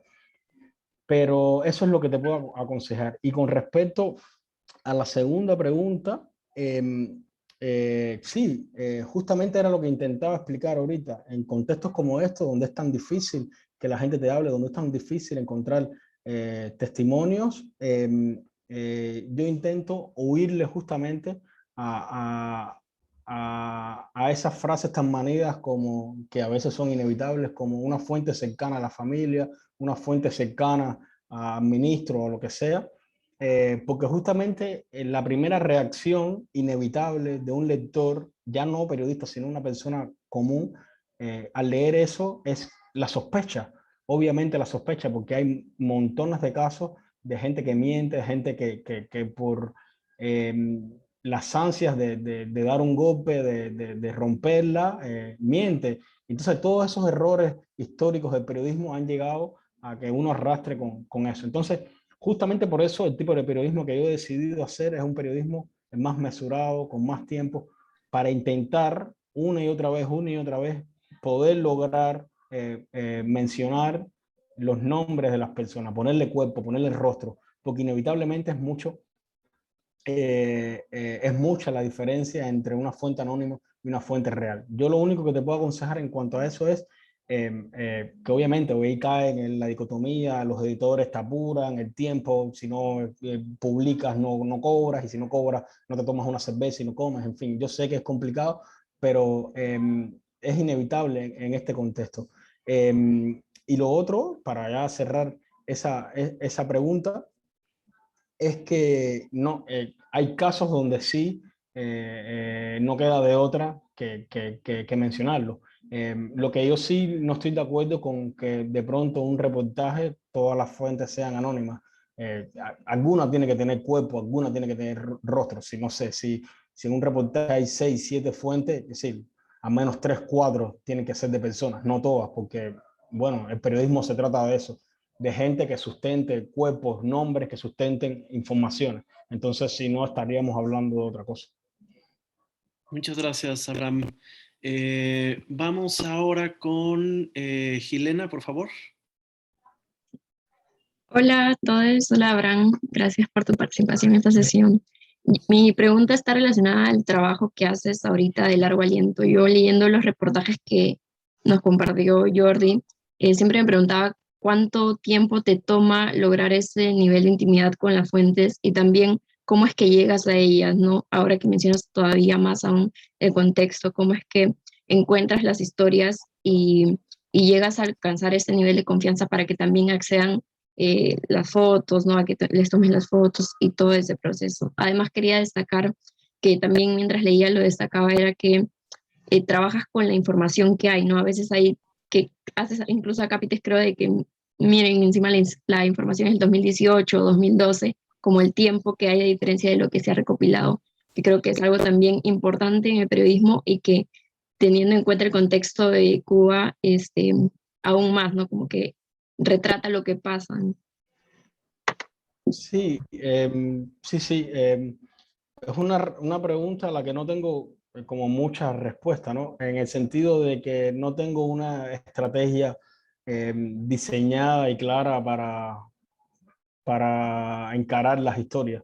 Las historias me hablan, sí, no soy una suerte de Mesías, es una frase muy rara la que acabo de decir, pero un poco es que la historia es la que declara qué tiempo demanda esa historia. Pero lo que sí te puedo hablar es de estructuras. Yo siempre me enfoco en varios tiempos, ¿no? Lo primero que hago es decidir qué es lo que voy a contar, ¿no? Y qué es lo que me interesa. A veces paso mucho tiempo, de hecho, ahora acabo de terminar un texto que hace una semana lo entregué, que saldrá en Gato Pardo, pero que no es una columna, es un reportaje de 21, un perfil de 21 páginas. Pero no sé, no escribía algo así de largo aliento desde hace mucho tiempo. Es decir, paso primero mucho tiempo pensando y decidiendo qué historia escoger, ¿no? Porque un tipo de historia de ese tipo demanda tiempo y demanda información. Ya una vez sé qué es lo que voy a contar o qué es lo que pienso contar, estudio, lo decía un poco al principio, estudio el tema, leo todo lo que haya publicado sobre ese tema o sobre esa persona o algo relacionado con esa persona. A veces no hay nada, pero como intento saberlo absolutamente todo.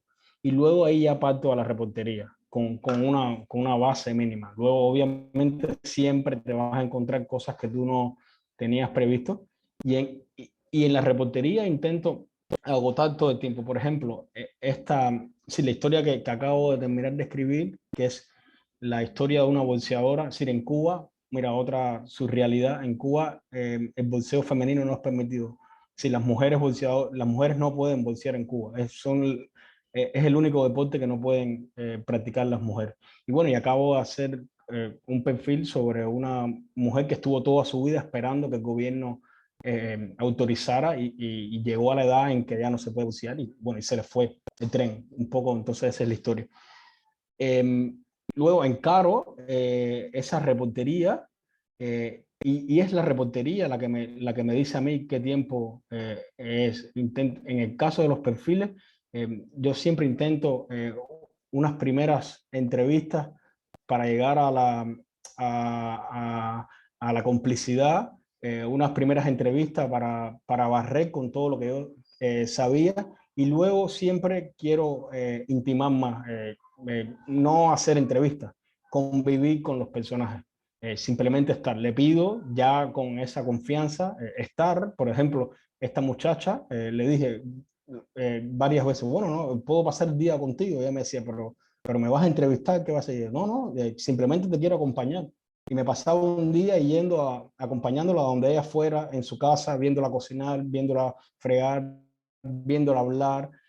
Es mucho tiempo. Por ejemplo, este estuvo 2 meses y tanto de reportería, pero no sé, en otros estados menos tiempo, 3 semanas, no sé, es la propia historia. Y luego viene la última instancia, que es la escritura, que también incluye varios pasos, ¿no? Que es la escritura, digamos, ya de la historia, pero esa escritura también tiene que estar sustentada por otra búsqueda de información, que es la información pasiva, datos, cifras, fechas, que es lo que tú hablabas de contexto y tal. Es decir, todas las historias tienen que estar ubicadas en un contexto, que es un contexto que no puede ser solo el cubano, tiene que ser un contexto, sí, para que la historia sea interesante, no solo puedes hablar de Cuba, tienes que hablar del mundo.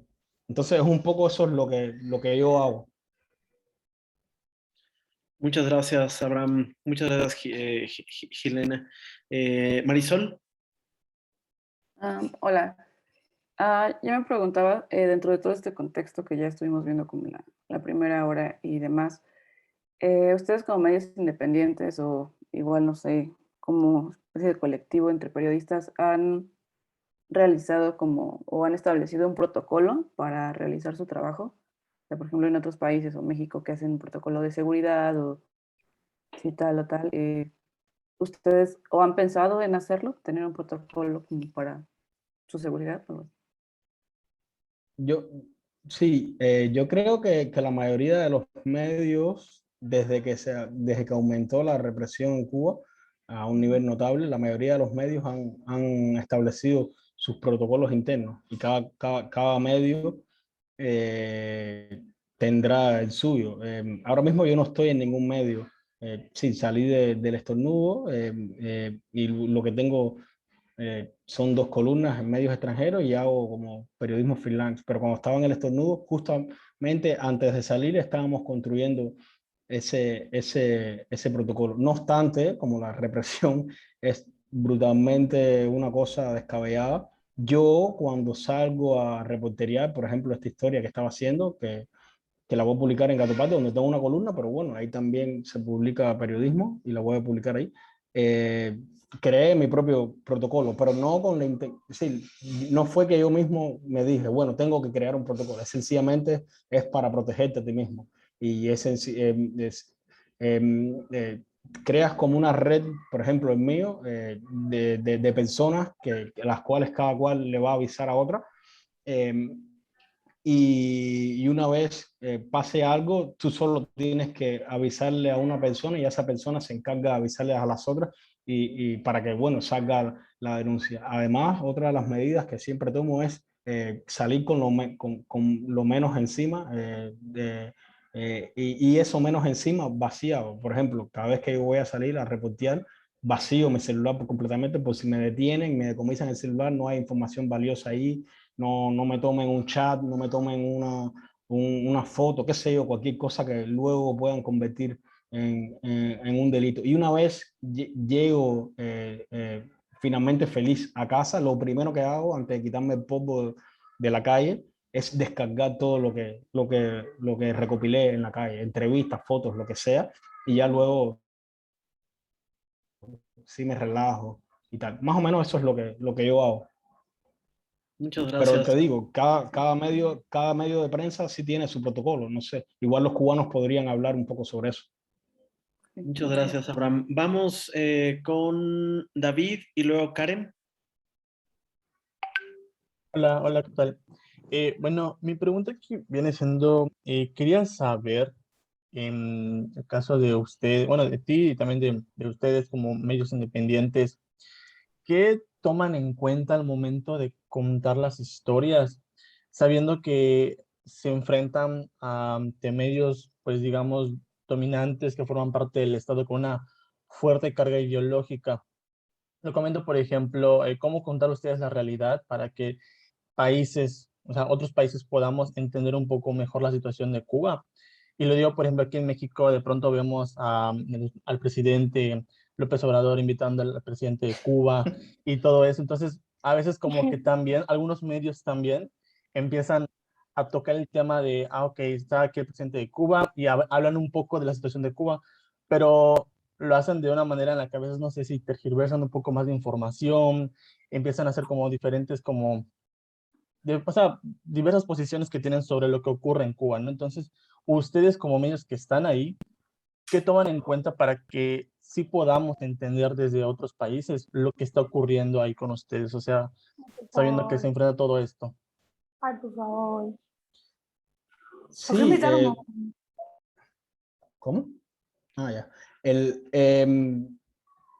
Bueno, eso corresponde a cada medio responder. Vuelvo y repito, ahora mismo no estoy en ninguno, pero y cada medio tiene su agenda, su perfil editorial y supongo que lo que cuenten responde a esa gente. Yo lo que sí he notado en los últimos años o en los últimos meses, o quizá el último año, para ser más específico, que un poco justamente como la represión y la violación de derechos humanos en Cuba ha aumentado notablemente, exponencialmente, ha sucedido una cosa sumamente curiosa, bueno, o inevitable, que es que, que ese abanico de medios independientes que en su momento uno podía notar las diferencias, ya no solo por las diferencias editoriales, sino por las maneras de abordar esa realidad, de pronto hay muchas semejanzas en lo que está sucediendo. Y es que, bueno, claro, por un lado, de pronto el relato Cuba se ha ido hacia ahí. Pero sí creo que se podría hacer también un poquito mejor, ¿no? Que no caer, sabemos que se entrecruza y a veces es inevitable, pero digamos hacer un periodismo que no solo sea de denuncia y que responda al activismo político, sino que también muestre esa realidad tan complicada que es la cubana y por la cual, claro, López Obrador invita a Díaz-Canel a México. Creo que también eso está relacionado también con que es muy joven el ecosistema de medios cubanos y claro, y está pasando a ocupar un espacio que antes estaba vacío. Y por mucho tiempo el espacio Cuba estaba ocupado por los medios oficialistas y por los grandes medios que a veces se hacían eco que algo sucedía acá en Cuba. Entonces, habían como esas dos visiones casi opuestas, ¿no? De la realidad cubana y casi sin matices. Pero eso es lo que sucede con Cuba en la vida real. Yo entiendo el romanticismo que emana este país justamente por la gesta que hubo al inicio de la década del 60, específicamente en 1959, cuando un grupo de personas se alzó en una sierra y bueno, llegó al poder y promovió una serie de reformas sociales que eran sumamente progresistas de izquierda y que obviamente eso deslumbró al mundo entero. Y hasta hoy eso se arrastra y hasta hoy eso la gente piensa que eso es Cuba, pero eso fue muy poco tiempo, eso se torció en el camino, muy pocas cosas de eso se llegó a concretar y esa idea de isla progresista se derrumbó y se convirtió en una dictadura férrea, donde es prácticamente inexistente los derechos humanos y las libertades individuales de los seres humanos. Y entonces, claro, por eso es la confusión que hay en el mundo entero, y sobre todo en la izquierda con respecto a Cuba. Viene de ahí, pero yo entiendo de dónde viene. Entonces, de ahí también la importancia del periodismo que estamos haciendo nosotros acá, que un poco es para, bueno, miren, Cuba ya no es lo que ustedes creían que era. Está bien, todos queríamos que fuera eso, pero lamentablemente ya no lo es. Y es todo lo contrario a lo que intentó ser. Gracias, David.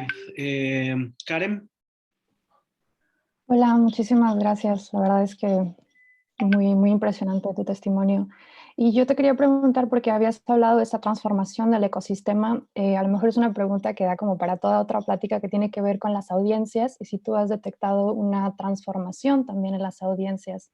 Y a lo mejor porque la pregunta es gigantesca, si has tenido la oportunidad de tener retroalimentación de algún lector dentro de la isla que te haya permitido observar un poco qué está haciendo este periodismo independiente y qué percepción tendrá a lo mejor la audiencia, las audiencias sobre su trabajo.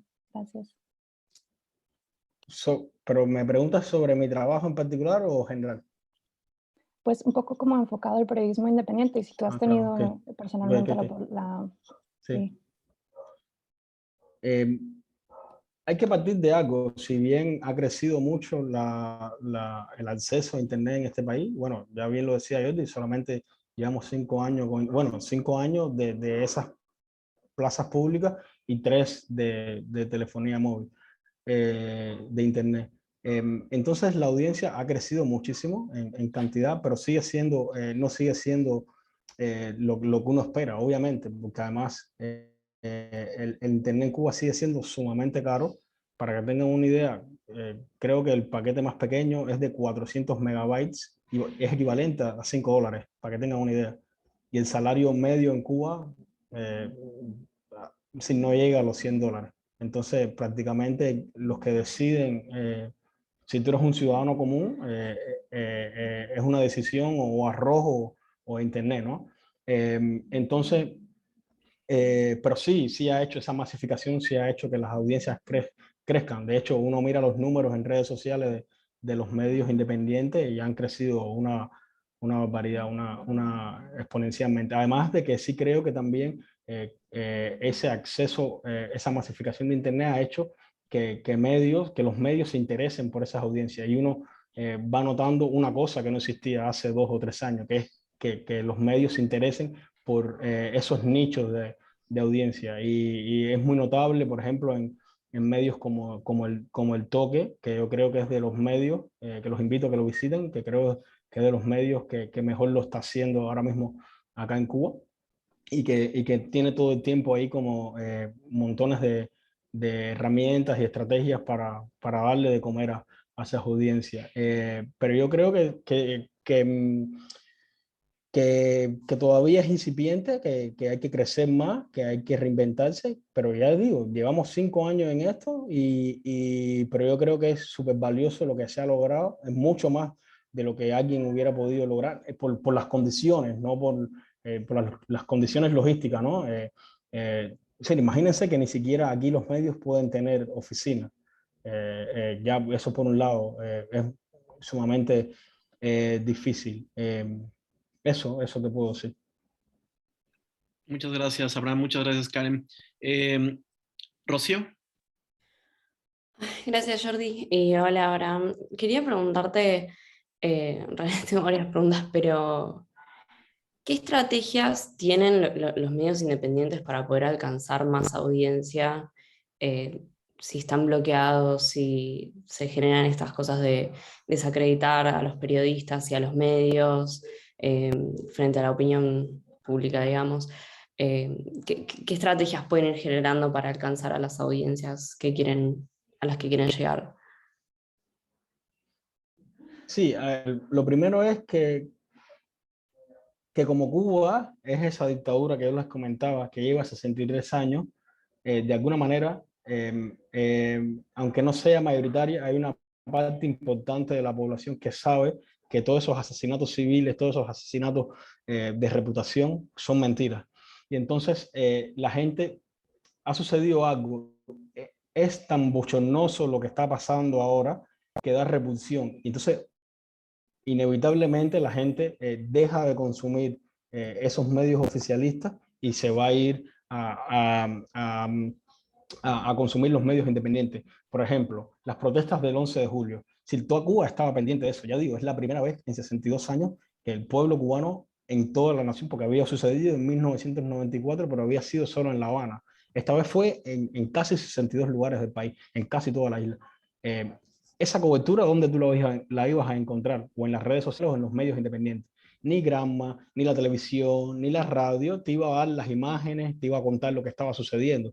Entonces, la realidad se ha vuelto tan subversiva que al final ha caído sobre el peso de la prensa independiente. Y los que únicos cuentan esa realidad es la prensa independiente.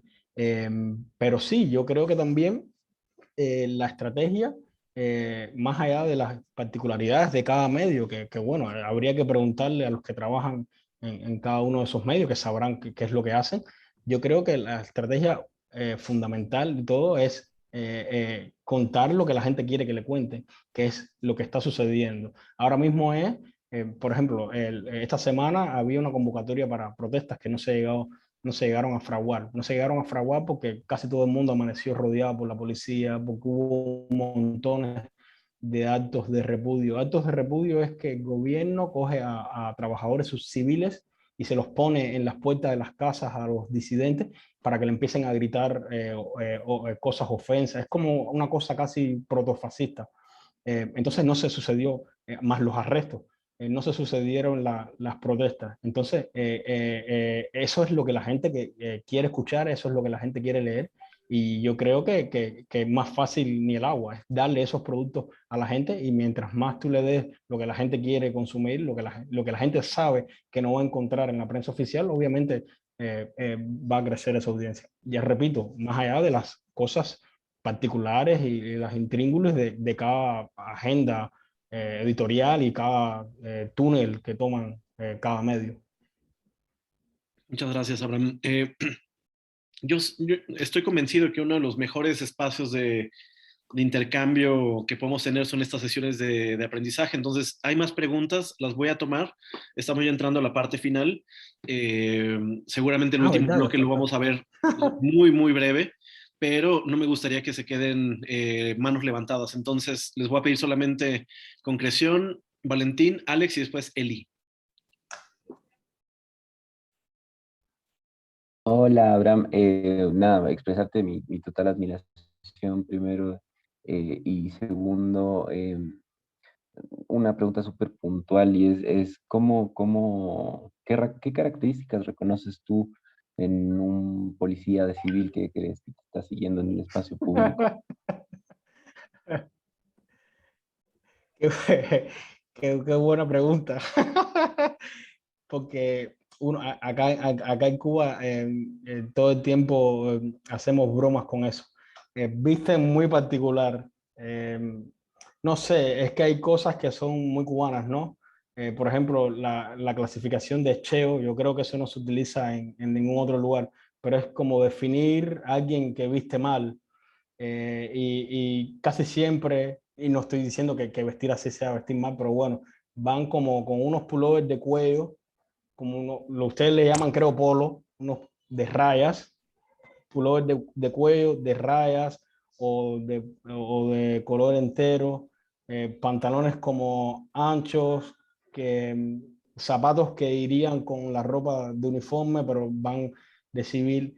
Pero lo que más los delata es unas motos. Ellos se mueven en motos, pero el gobierno, sí, pues, todo es como muy surrealista, porque en otro lugar al menos se tomarían la necesidad de al menos de verdad jugar a esconderse. Pero de pronto, imagínense que en un país existan solamente un tipo de moto, que son marcas Suzuki y Lifan, y estos tipos van en esas motos. Entonces, cada vez que tú ves una moto de esa en la calle, son agentes. Pero bueno, se hubieran tomado el trabajo de un poco enmascarar y darle un poco de moto a la gente para que la gente se pierda, ¿no? Pero entonces de pronto yo bajo de mi casa y veo una moto de esa parqueada y no veo nada, ya yo sé que hay alguien. No sé, ese es el tipo de vestimenta. También, claro, también van como con ropa por dentro, camisas anchas.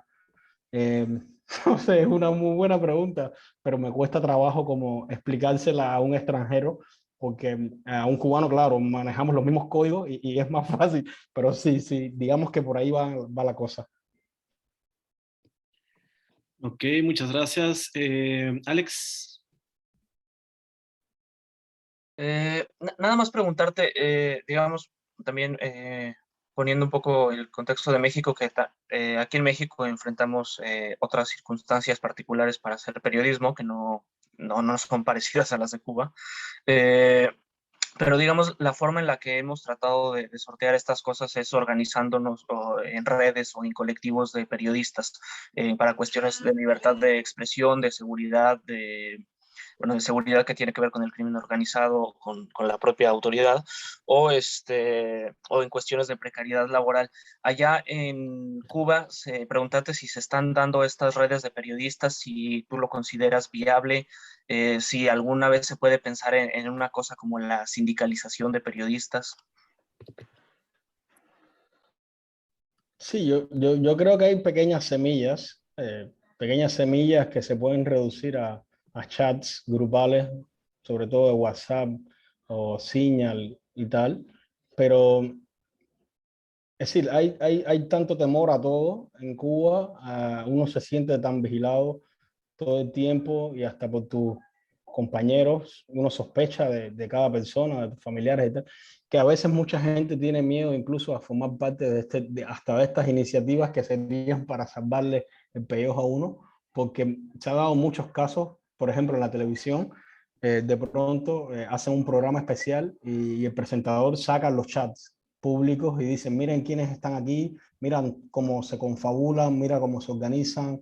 Entonces también mucha gente hasta eso le teme hasta hacer un chat grupal para protegerse. Pero existen, sobre todo entre la gente que tiene mucha más complicidad y tal, ya el tema del sindicato, de una organización es mucho más complicado, porque justamente por lo que explicaba al principio, ¿no? Me remito siempre al tema legal.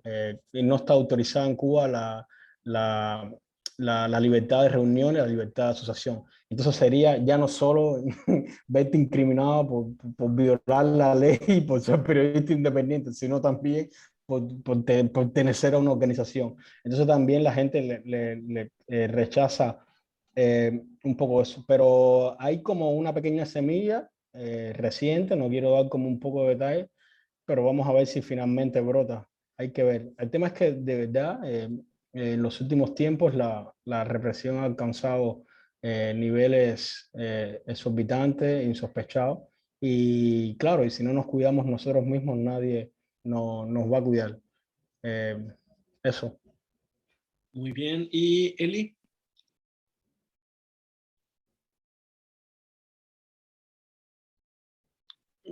¿La escuchan? Yo no la escucho. Yo no. Creo que no te escuchamos, Eli. No. No, si quieres escribe, si puedes quizá escribir ¿Ahora me escuchan? Ahí sí, ahora sí, ahora sí.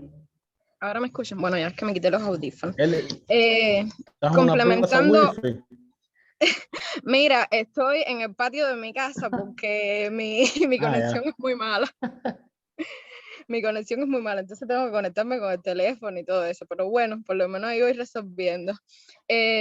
Complementando un poco lo que decía Abraham ahora mismo, yo creo que bajo toda esta situación de tanto estrés, una de las cosas buenas que ha surgido es que los mismos medios independientes nos estamos un poco como que alineando, quizás para defendernos un poco entre todos y también para incrementar el rango de audiencias a las que podemos llegar. Y entonces, por ejemplo, están surgiendo asociaciones muy interesantes. Por ejemplo, ahora mismo en el Toque nosotros tenemos una unidad de investigaciones de la diáspora o algo así, es para hablar de los cubanos en el exterior y lo estamos haciendo con El Estornudo y con periodismo de barrio.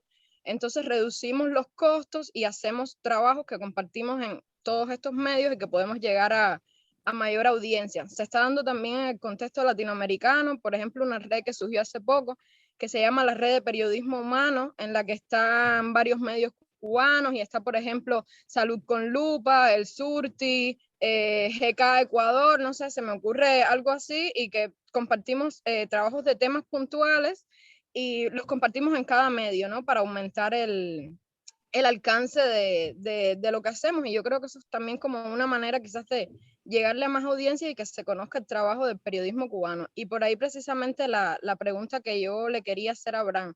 Yo creo que una de las cosas que siempre surge cuando nosotros defendemos el periodismo independiente en Cuba es que nos dicen, bueno, total, sí, a ustedes los trancan en la casa, pero no los matan. En México los matan, en Colombia los matan. Entonces, ¿cómo tú crees que se puede defender desde Cuba y desde los colegas del exterior? ¿Cómo crees que se puede defender el ejercicio del periodismo independiente en Cuba sin revictimizar, pero con elementos sustantivos? Sí, yo creo que, que la respuesta es una respuesta prácticamente la que hemos hablado durante todo el día, ¿no? Que habría que entender primero cómo funciona Cuba y qué clase de sistema político impera en Cuba. Es decir, en Cuba no te matan, y obviamente yo he tenido esa conversación siempre con colegas salvadoreños, sobre todo guatemaltecos, hondureños, mexicanos, porque no hace falta que te maten. En Cuba no hace falta que te den un tiro en la cabeza, porque en Cuba mataron al periodismo. En Cuba mataron la libre expresión. No hace falta agredirte físicamente. Si ni siquiera puedes salir un día a la calle, si ni siquiera puedes acceder a una fuente de información, si ni siquiera existes legalmente, no hace falta darte un tiro. Si ni siquiera tus medios de manera normal las audiencias las pueden leer, claro que no hace falta darte un tiro.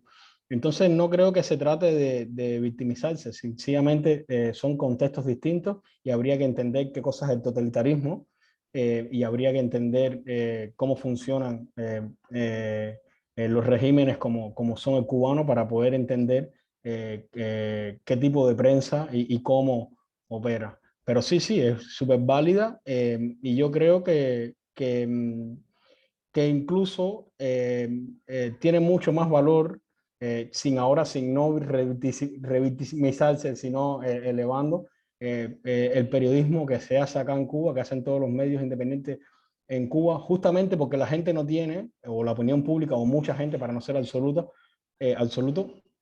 mucha gente no tiene la magnitud de lo que es vivir y hacer periodismo en un país que está todo completamente sitiado y encadenado. Y no hablo sitiado y encadenado porque uno no puede salir un día a la calle, sino porque está totalmente tomado, porque das un paso y te siguen, porque te deslegitiman en la televisión, porque no existes como persona, porque no existes como profesional, porque fuiste a la universidad supuestamente 5 años por gusto, o porque ahora estoy aquí, me pueden tocar a la puerta y me pueden llevar a la cárcel y decirme que yo soy un agente de la CIA. Claro que no hace falta darte un tiro en la cabeza.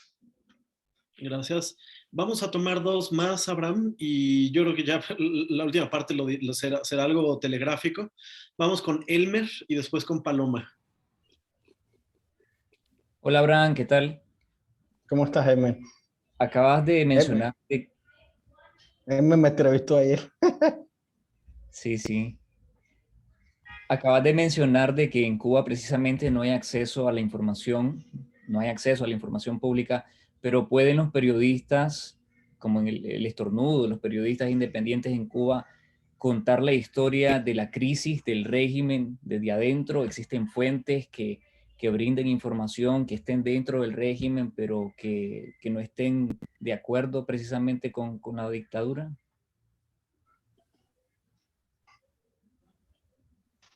Sí, yo creo que existen. Ojalá yo me pudiera topar más con esa fuente o que la gente se pudiera topar más con esa fuente, pero son mínimamente inexistentes porque dar una declaración de ese tipo le costaría, no solo su puesto laboral, depende del tipo de información que dé, le puede costar la cárcel. Pero claro, se da un fenómeno muy claro en Cuba, que es el doble rasero. Es decir, la gente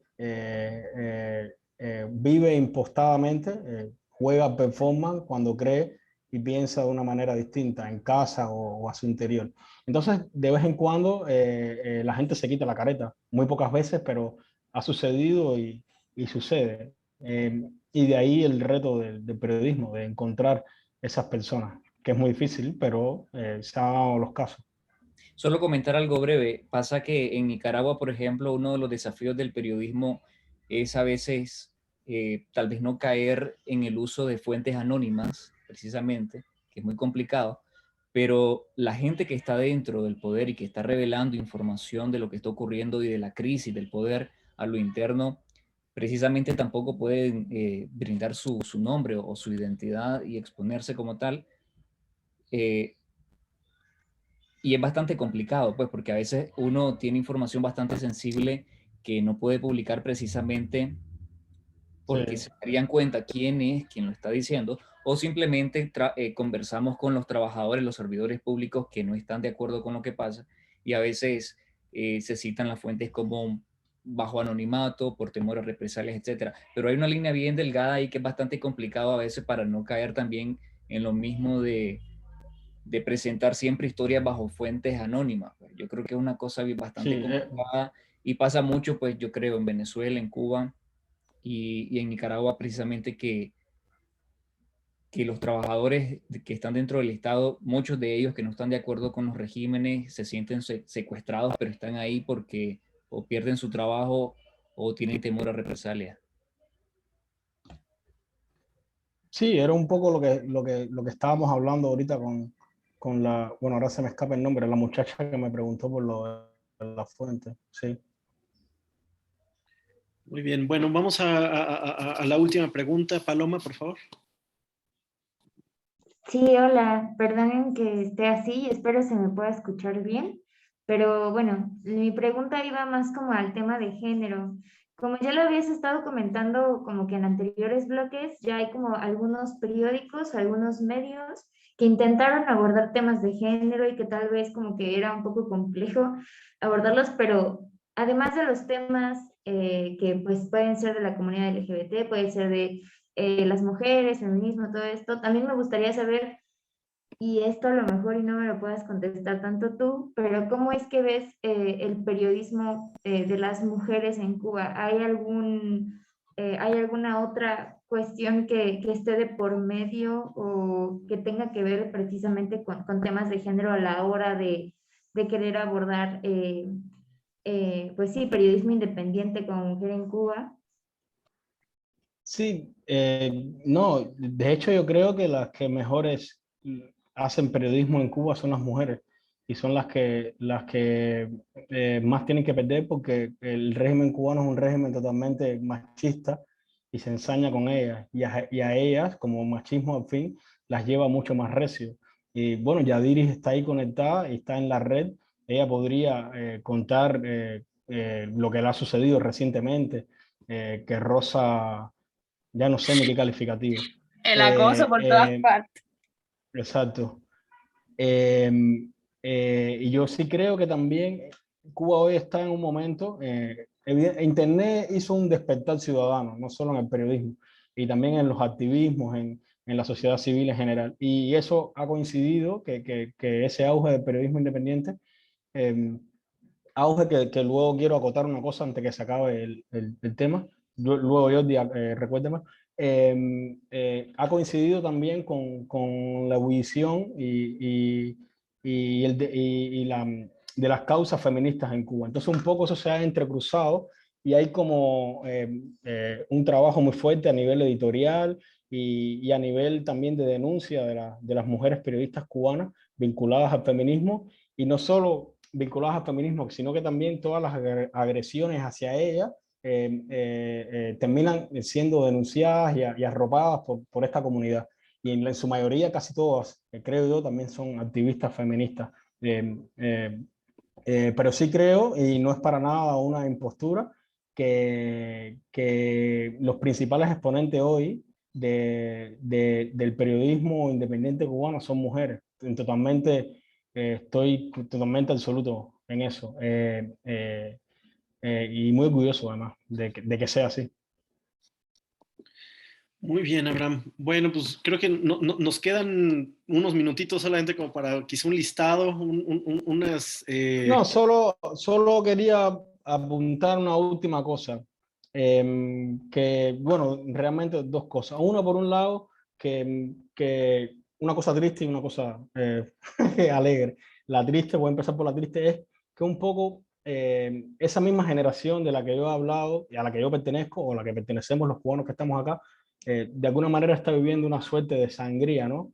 Una suerte de sangría justamente por la represión. La mayoría de todos estos medios independientes o los gestores de estos medios independientes salieron del país, unos por represión, otros porque simplemente no querían hipotecar su vida en un país como Cuba.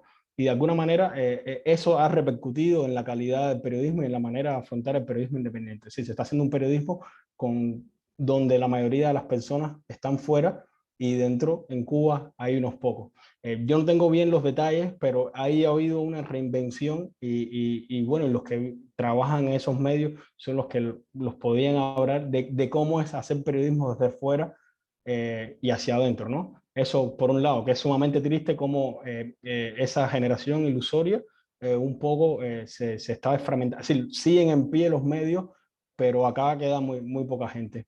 Y por otro lado, ya para cerrar, solo decir que a lo único a lo que uno se puede aferrar es a la constancia y a las ansias, ¿no? La constancia de que estamos haciendo algo noble y algo que tenemos que hacerlo porque sería sumamente triste de que al final, en la última página, la gente no pueda leer lo que ocurrió en esta etapa en Cuba. Es sumamente triste que regalarle el relato de Cuba a la mentira, a la ficción. Entonces, yo creo que hay que aferrarse a eso, ¿no? Pese a todas las represalias.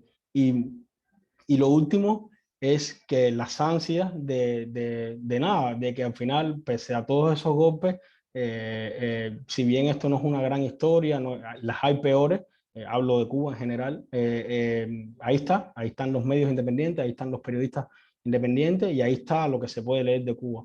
Entonces, nada, que pese a que llueva, después va a salir el sol, aunque a veces lo tengas que mirar por una ventana o detrás de un barrote. Muy bien, bueno, pues muchas gracias, Abraham. Ya se mencionó en esta sesión que pues, hay varios medios cubanos. Yo les voy a pasar por correo los links de varios de estos medios y periodistas también que en lo particular están haciendo cosas interesantes dentro de Cuba, fuera de Cuba, pero para mí era muy importante tener una sesión que también nos amplíe el panorama de lo que sucede en un territorio tan polarizante como lo es Cuba. Entonces, se podría hablar horas y horas y horas sobre distintos aspectos de la realidad cubana, pero queríamos centrarlo en las dificultades de la libertad de expresión en Cuba y cómo a pesar de todo eso, hay personas, hay medios, hay colectivos que están intentando pues no quitar el dedo del renglón sobre lo que es hacer periodismo independiente. Entonces, les voy a pedir que pongamos la cámara, vamos a tomarnos una foto de registro ya para concluir con esta segunda sesión de aprendizaje. Y, ok, ahí veo que empiezan a poner sus cámaras. Marela, Nicole, Astrid, Yadiris, Brian, Felipe, si gustan salir, este es el momento. Voy a tomar la foto en un segundo. Entonces, a la cuenta de 3, sonrían. 1, 2, 3. Ok, muy bien. Una más, Feren. 2 más, perdón. 1, 2, 3. Y Jordi, agregar que en uno de los interrogatorios me dijeron que tú eras un agente de la CIA por aquella foto que nos hicimos cuando viniste a Cuba y publicamos. Sí. Que tú me traías instrucciones. Ahí Quetzal y yo dándole línea al camarada Abraham. Sí, hay muchas anécdotas para contar. Que bueno, pues ojalá que todo se quede siempre como en anécdota, con una sonrisa sobre estos recuerdos. Muchas gracias por conectarse. Pues, brindo me gustaría tener una bucanero aquí, pero no la tengo, pero pues Hasta yo, están perdidas, ¿ves? pues, Muchas gracias, Abraham, por el tiempo. Y bueno, pues seguimos en conversación y que tengan un muy bonito fin de Chao. semana. Gracias. Muchas gracias, Chao, Abraham. gracias.